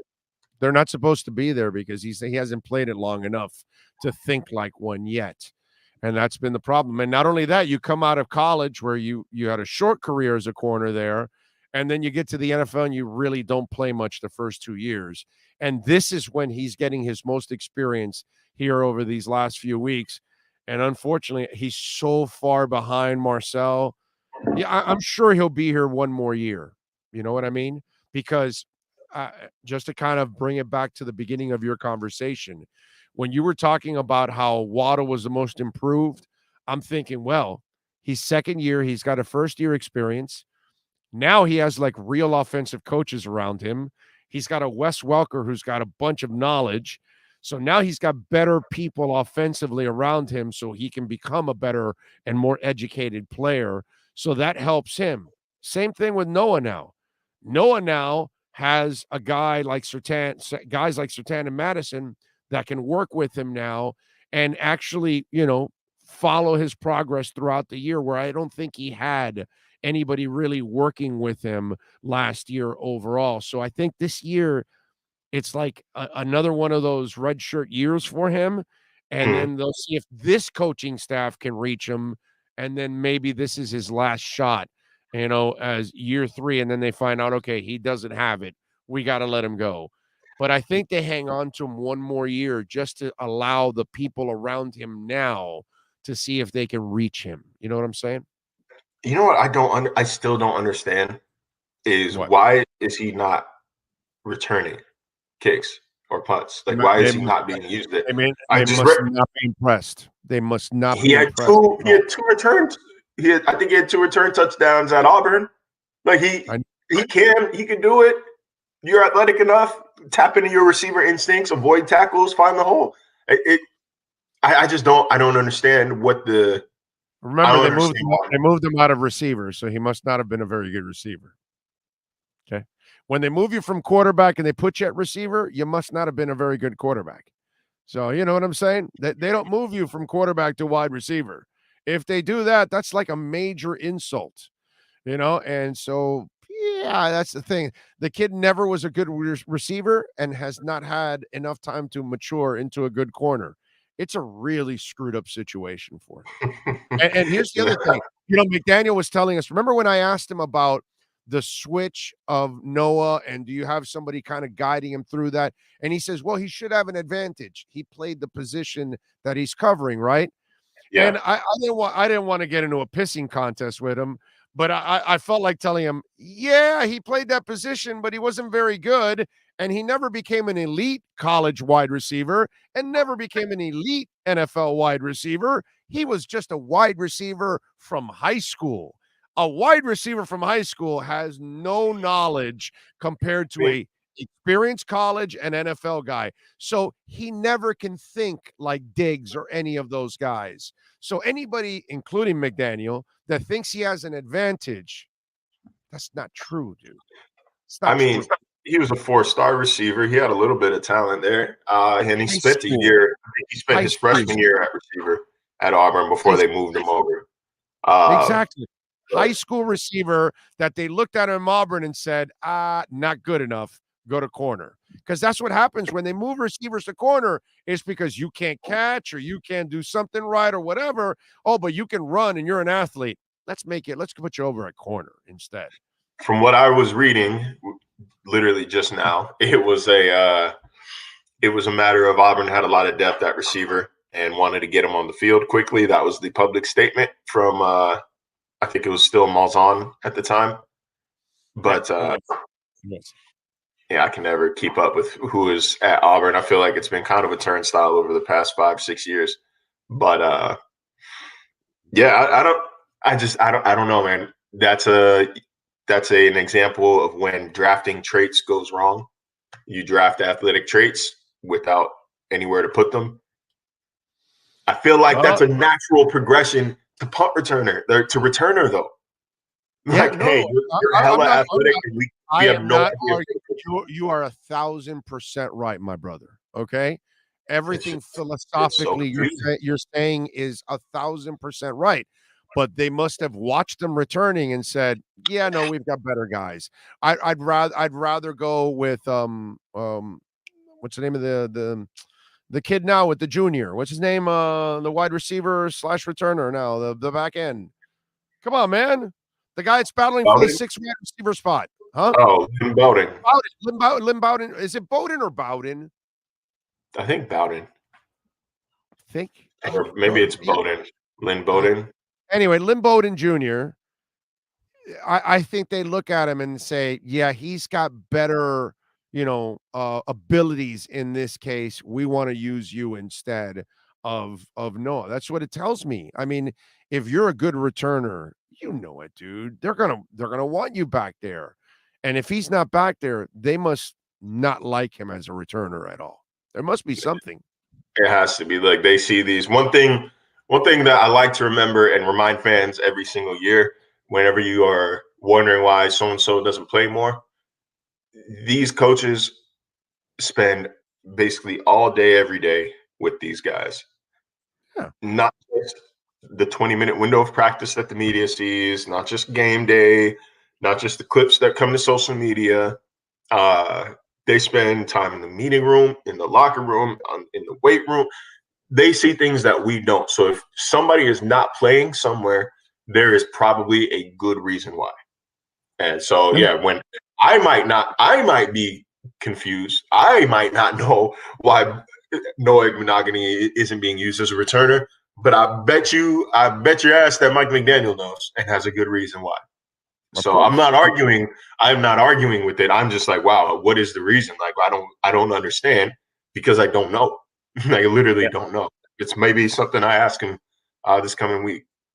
It's twisted, isn't it? It's just weird. Yeah, we should ask him that actually about why isn't he in the mix in the return game? Because obviously, here's the other thing: a lot of stupidity last year. The back end of your roster, a lot of those guys weren't helping you out on special teams, and that they can't do that shit again because that just hurts your roster overall. And by the way, if you're going to keep Skyler, you really can't screw around with those back end roster spots, running back, wide receiver, corner, linebacker. The back end of all those roster spots, those guys better be two-way players, and they better be helping you out on special teams. So if you're going to have Noah on your team, and he's not going to help you out at corner, and he's not going to help you out on special teams, oh, my God, dude. You mean you can't be a flyer? You can't be a returner? What? You got to do something, bro. And last year there was too much of that on the roster, and that creates problems for you. You know what? That is a good question. We're going to right now, I'm going to look up the dead money because while it's a little unorthodox to cut a first-round pick after 2 seasons, I'm kind of curious. They take a $5 million hit. Oh, no, they're not cutting him. No, No, they take hits for cutting him this year. He's on the roster for one more year. There's no doubt about it. But the problem that he is right now, if he can't help you at corner, he can't help you on special teams, that's the only guy on the roster that has to be like that. You cannot do that like they did last year with several guys. You know what I'm fascinated about, man, or I'm wondering, I'm pondering, what kind of year does Noah Monogany need to have for them to pick up his 5th-year option in May? Oh, no, no. Well, no, this is 3rd year, so it would be only his 4th year next year. No, correct? But they make the decision after his 3rd year. Oh, yeah, but he would have to. That's what I'm saying. He would have to get interceptions. It would have to be like somebody go down and he steps in and actually acts like a real corner, and then they would tag him. Outside of that, there's no shot that they're picking up the 5th-year option. 0. There's no reason. He's only going to make it through this year and the training camp of next year. After that, if he doesn't show the light of day, there's no way he even makes it onto the roster in his 4th year. That's my prediction. I think they give this coaching staff and those DBs, they give them 1 year to work with the kid. And then Madison and Surtain will walk in there and say, we did our best. You got to move on. And that's it. Yeah, I don't know if it's come out yet, but ESPN, we did something one of our all 32 writers prompts of players on the hot seat. And I said Noah, and I said because he's not necessarily playing for his 5th-year option. That I think is a given. He is playing for a roster spot. Yes. In year 4. Like he makes it by default this year. He might not have a 4th season. Forget a 5th-year option. Right now he has no 4th season coming his way if he continues at this pace. Forget the tag. Forget the 5th-year option. Forget that shit. That's not even in consideration. He's trying to make it out of training camp for next year is what he's trying to do. Seriously. That's it. They have to do that. They have no choice with him, unfortunately. All right. What are you working on ESPN so folks can check you out, Marcel? Got 2 off-season stories to be running. I think we're aiming for beginning of September, very beginning of September. Excited to get that out finally. Watching this last week of practice as well, like watching how they respond to the run-heavy Philadelphia Eagles. I don't think that I think that the Buccaneers watching that game and watching basically them against the backups of the Raiders didn't necessarily tell us a whole lot about the defense, particularly when Brady left. They dominated because it's Blaine Gabbert. I'm not interested. Philadelphia has a lot of weapons at every position. They've got 2 legitimate receivers. They've got a legit receiving tight end. They've got a couple running backs that can hurt you. They got one of the best offensive lines in the league.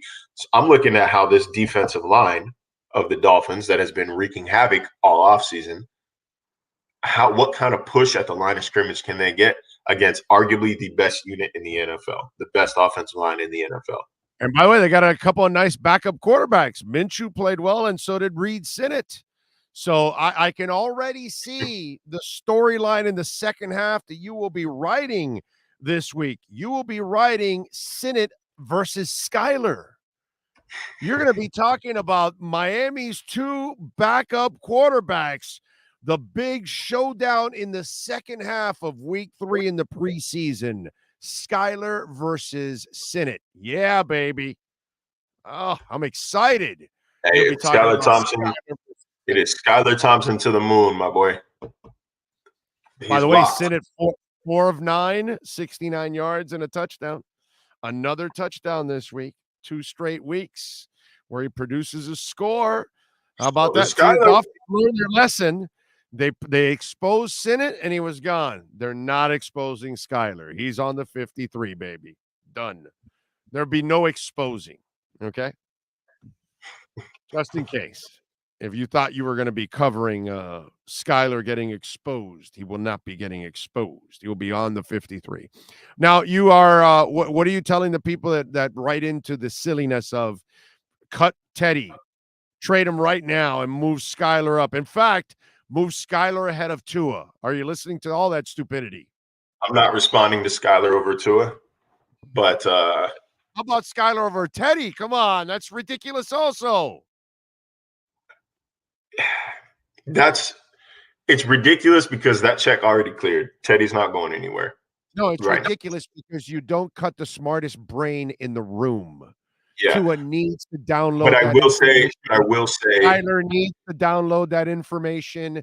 That's why you have Teddy there, bro. You do not let Teddy go because he's going to educate both of your quarterbacks. He's the smartest guy in the room. He's the most experienced guy in the room. He's seen more. Both these young kids will learn from Teddy, bro. Teddy's if God would have given him just a little bit more ability, that dude goes to the Hall of Fame. But unfortunately, they did not bless him with the athletic ability that he needed. But his brain, his leadership is studly, bro. Hall of Fame. Yes. Hall of Fame. If you gave him NFL like talent, I'm telling you. You're going to sit here and tell me it turned into a whole segment when I suggested Mike Vick should be in the Hall of Fame. But you're going to tell me that Teddy Bridgewater with a little more ability as a Hall of Fame quarterback? Mike Vick is a pea brain next to, please, don't insult me like that.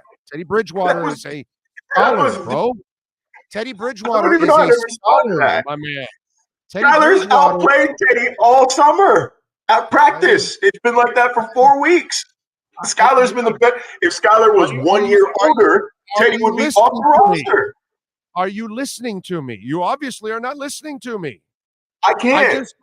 I just told you Teddy's not talented enough to have the success he needs. But here, if you put it this way, if you got Teddy's brain and leadership and put it into Ryan Tannehill, Hall of Fame. Hey, look. Hall of Fame. Davis Webb with a little bit more ability, Hall of Fame. Well, hey, man, I'm sorry if God didn't give him the ability. You know what happened? Ken Dorsey. Look, if Case Keenum could throw like Josh Allen. Exactly. That's my point.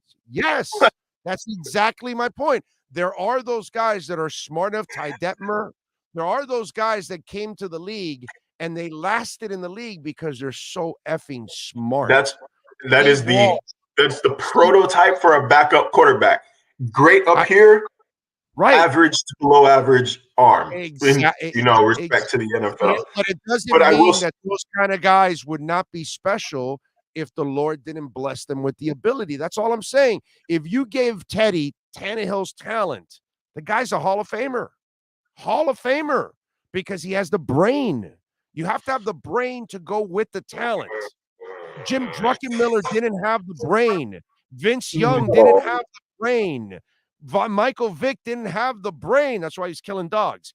You got to have the IQ, dude, to survive.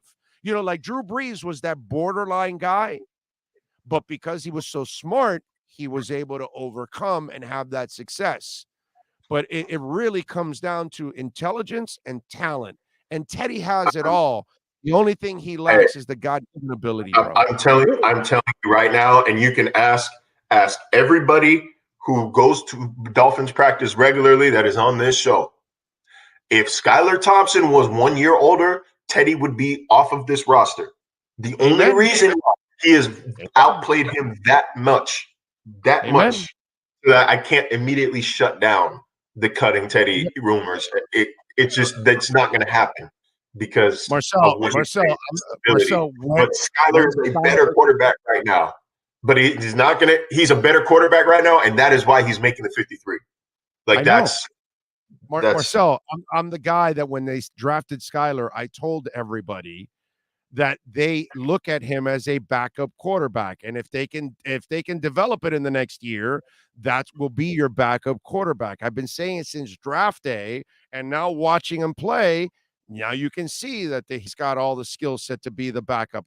And you are right. He needs experience.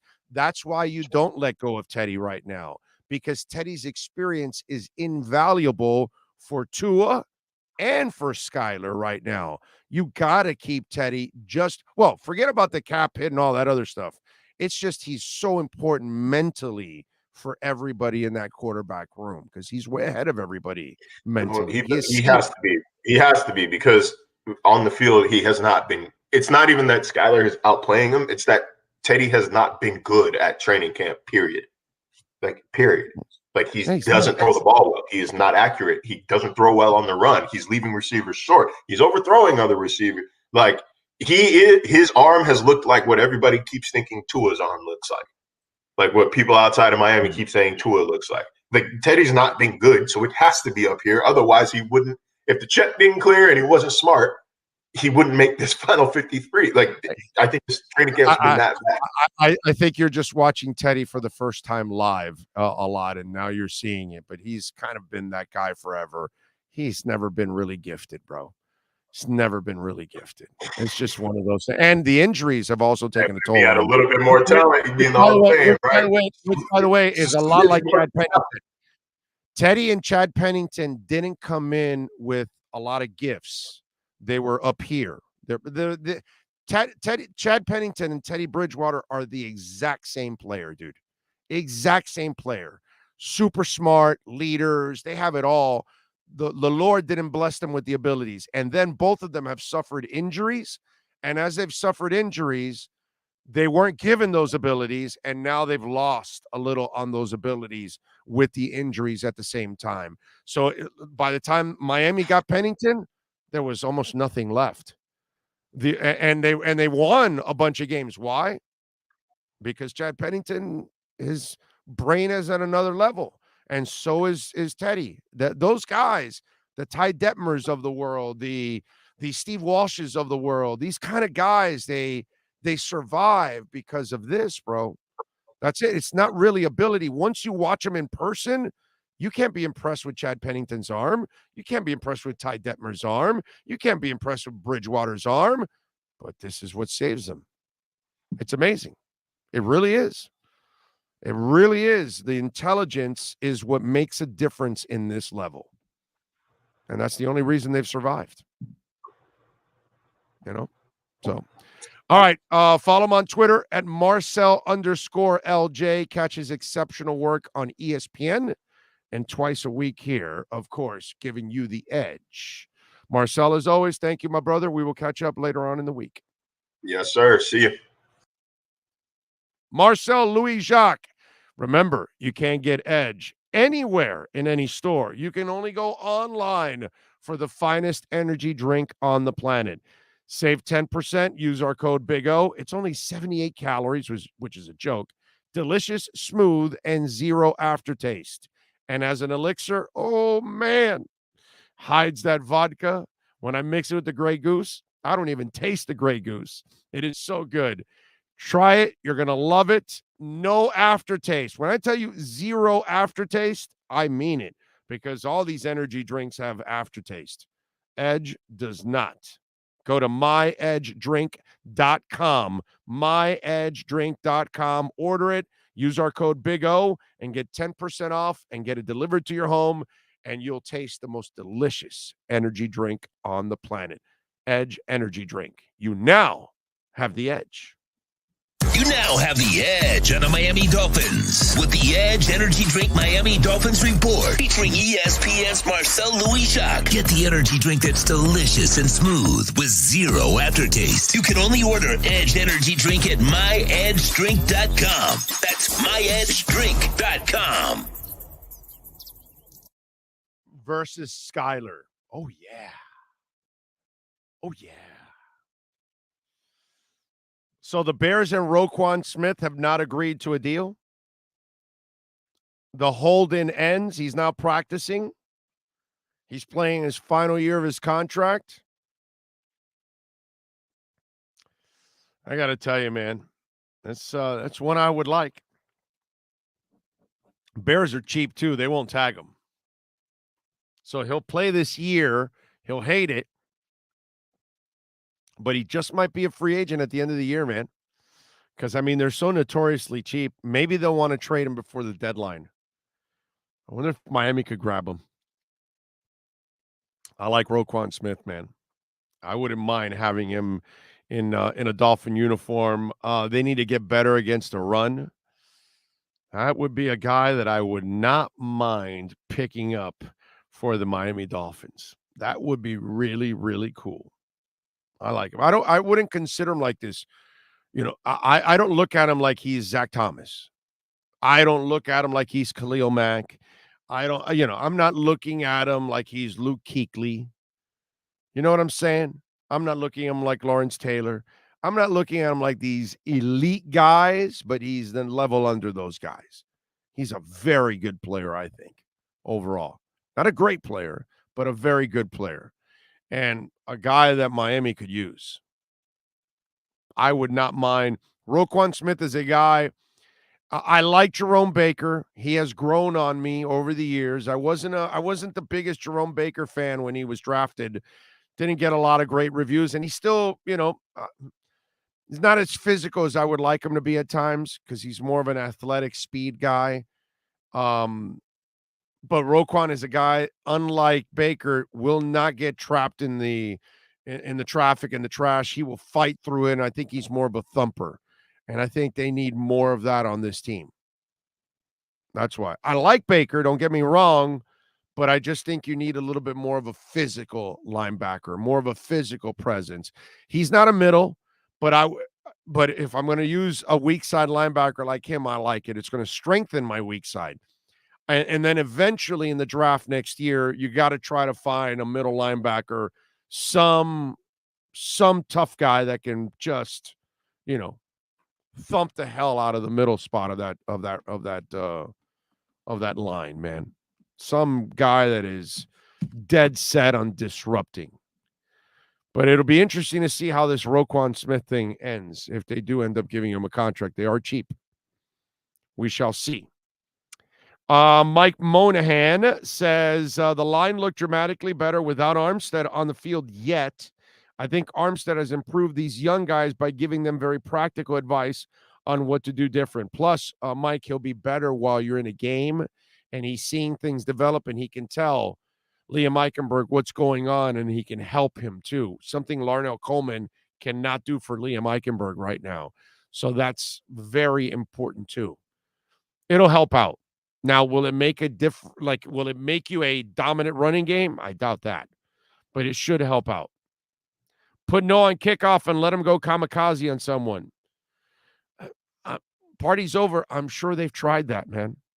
And somehow or another, they're not happy with them anywhere.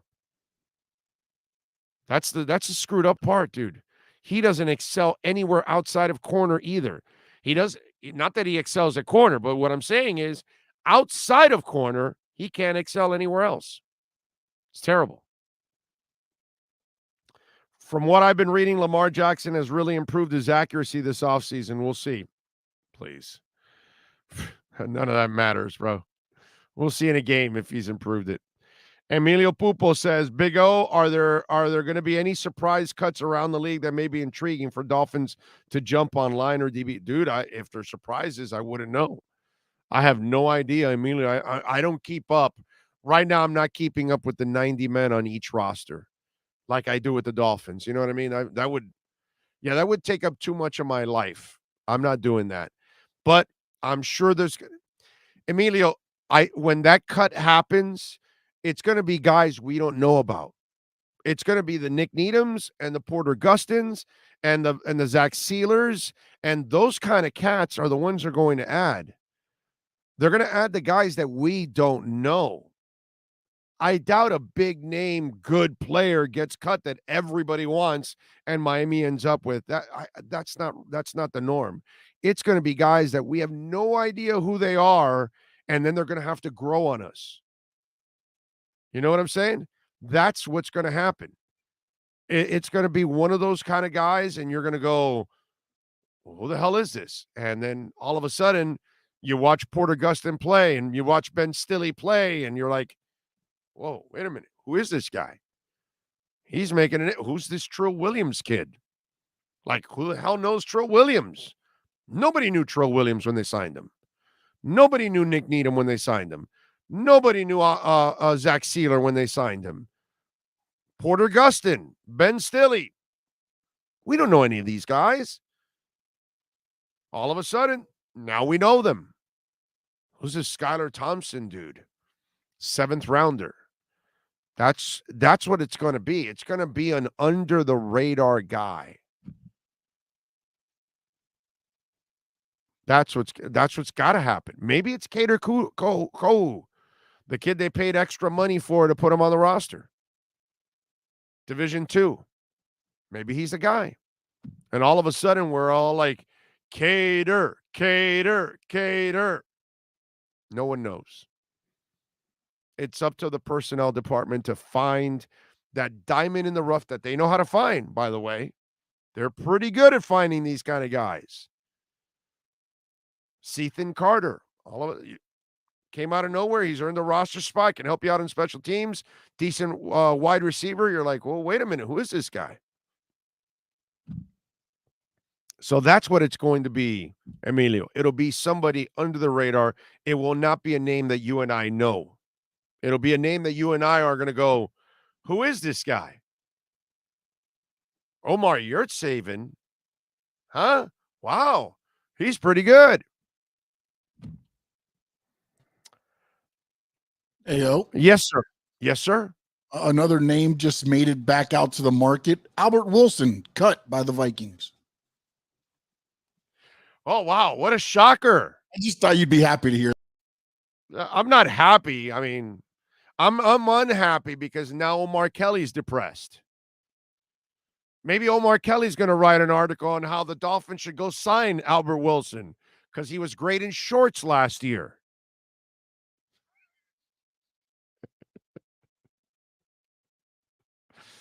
Oh, God. I love my man Omar, but he was going way off on Albert Wilson last year in shorts. I'm like, he's in shorts, dude. Not playing against nothing. Relax. Big O, I'm a Ravens fan. Oh, no, I got that one already. In less than a year, the O-line's pass protection has vastly improved. Yes, with the same players. You are correct, sir.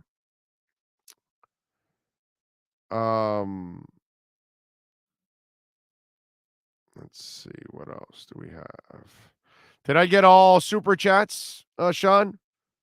Did I mention all super chats or did any go by? Okay. Oh, by the way, I did not check Cash App or Venmo. I don't know if you guys actually sent a donation through Cash App or Venmo, which you can. Cash Big O Show. That is Cash Big O Show through Cash App or Venmo.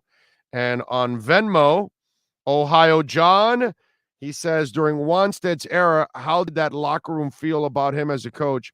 Those teams never reached their potential. And I've always wondered how he was viewed by those great players like Zach, JT, and Madison, etc. You know, Ohio John, they liked him. They really liked Wanstead. They played hard for him. But he wasn't a great coach. He was a solid coach. He did a good job. What I didn't like about him was that he was way too conservative and he wasn't willing to take chances at times. But they did not dislike. That was the strange part about that relationship. And I knew all the top players on that team. I had plenty of insight with a lot of the players on that team. And Wanstead, by the way, hired a lot of good a lot of good assistants.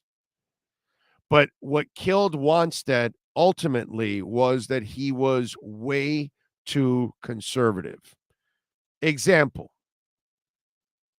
you're driving down the field, okay?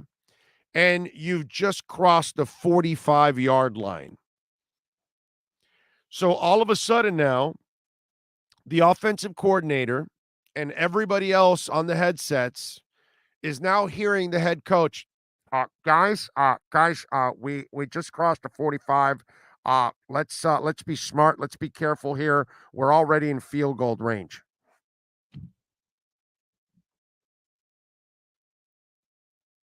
So there was a defeatist attitude already from the get-go. How are you already settling for a field goal?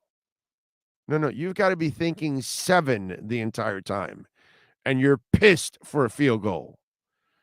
And remember, we had another guy, rest in peace, Tony Sperano, who probably never should have been a head coach, had no business being a head coach. Great guy. They loved him.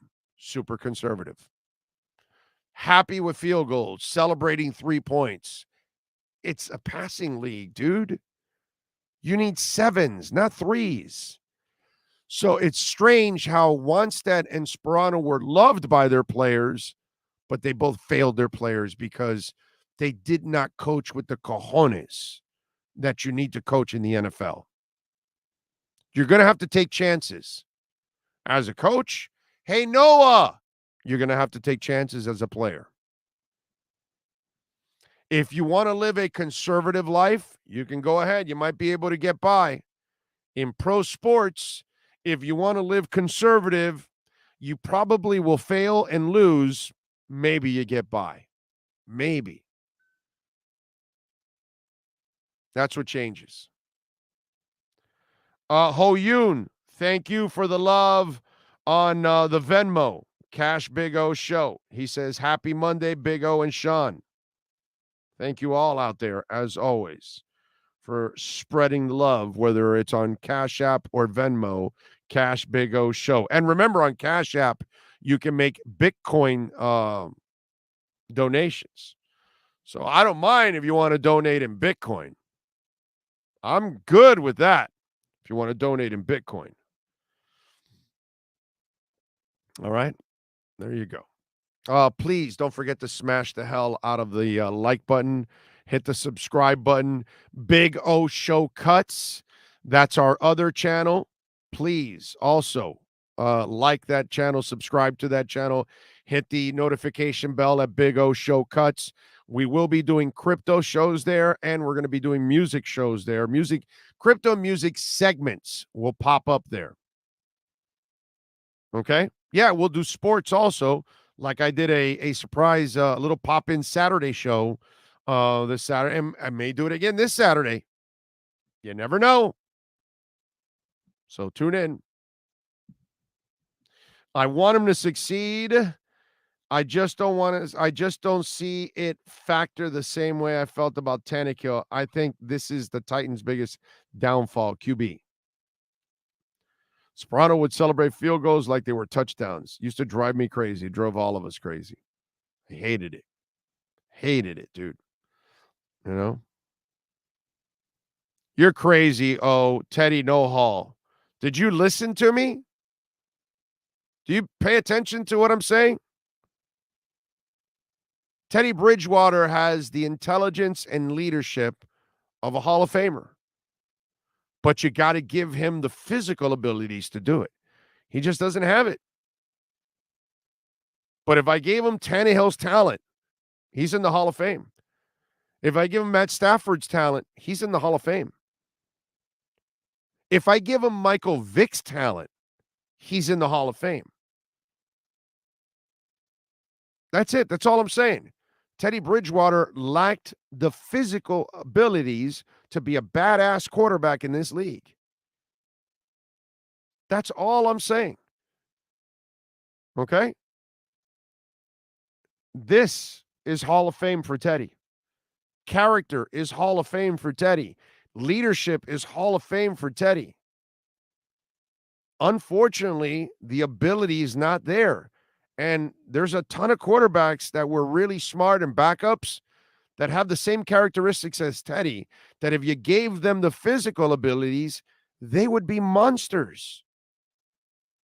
I don't know why is that hard to understand. If you tell me the guy's a knucklehead like Jim Druckenmiller, then yeah, Jim Druckenmiller had all the ability in the world, but this would never get him anywhere.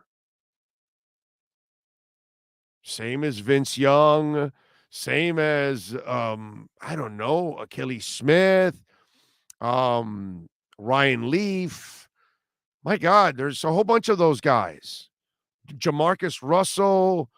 There's a bunch of those guys that had all the ability in the world and they were pea brains. If I put Teddy Bridgewater's brain and character inside Jamarcus Russell, you're going to tell me that's not a Hall of Famer? I don't understand why anybody would argue with me on this. Like, Teddy has lasted in the league for 9 years without the physical abilities. That's greatness in itself. Do you understand that? When you're not as talented as everybody else, but you find a way to hang around for 9 years, that tells you all you need to know. Easily Hall of Fame. Not maybe. Not there's a chance. No. Ironclad, rock solid statement. You give Teddy Bridgewater the physical abilities of Ryan Leaf, and he is in the Hall of Fame. Okay? I'm sorry, but yeah, Tim Couch, another guy. Probably didn't have this to take it to the next level. He was a little erratic. I don't know. But yeah, but Teddy would make Tim Couch look, my God, please. I don't think people understand how good Teddy is to survive this long. I just, it's like one of those things that we look at all those other guys that have all the ability and they're out of the league right away. And here's a guy that has 40% of the talent of some of these guys and has a way better career in the NFL than a bunch of these clowns that are just absolutely gifted. The Lord blessed them with every bit of the ability to dominate in the league. But Jeff George, of course, Lenny, all the ability in the world, but I don't know what he had between the ears, and he had no heart. Which Teddy, did you see the catastrophic injury Teddy suffered, and he's still playing? If that's not Hall of Fame, I don't know what is, dude. It just lacks the talent. That's it. Teddy has shown you throughout that he's a absolute stud. Problem is, he'll never be a good quarterback because he doesn't have the abilities. That's it. It's the only thing he's ever lacked. I've said this over and over again for years. For years. I don't want him as my starter because, unfortunately, he doesn't have the ability. But there's no doubt in my mind the guy would be a stud. Because he's a stud in every other way. That's all. We're in a good position to develop a young QB with a high upside with being a good team now. I agree. I completely agree on that.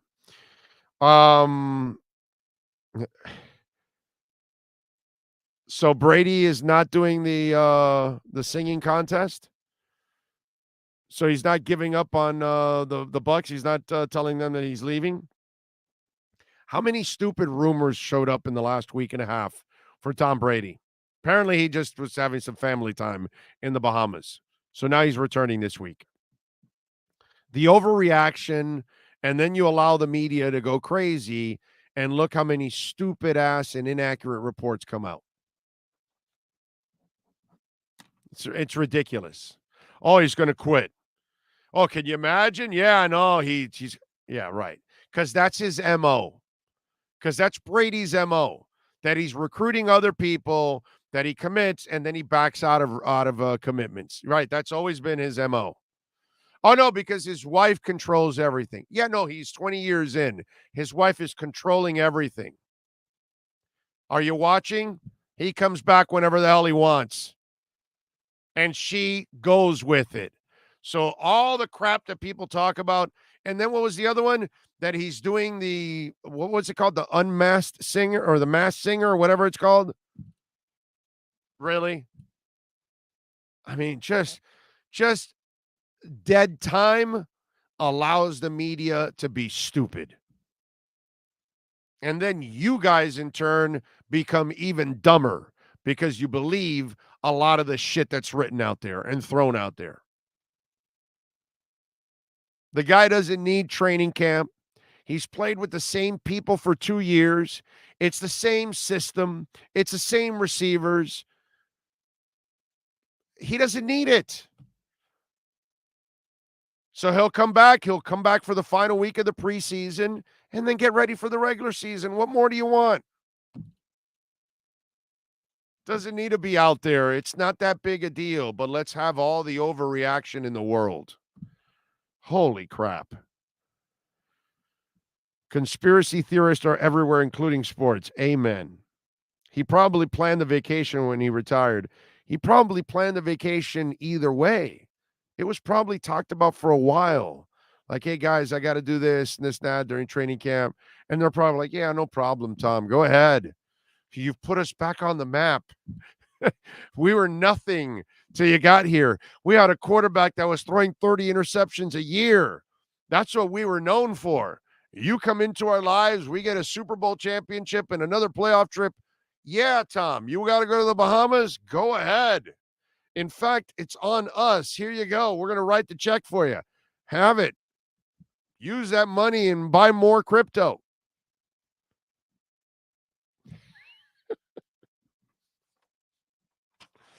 I love it. All right, we're out of here. We thank Ira Winderman, Alan Poupart, Marcel Louis Jacques. We thank all of you for tuning in.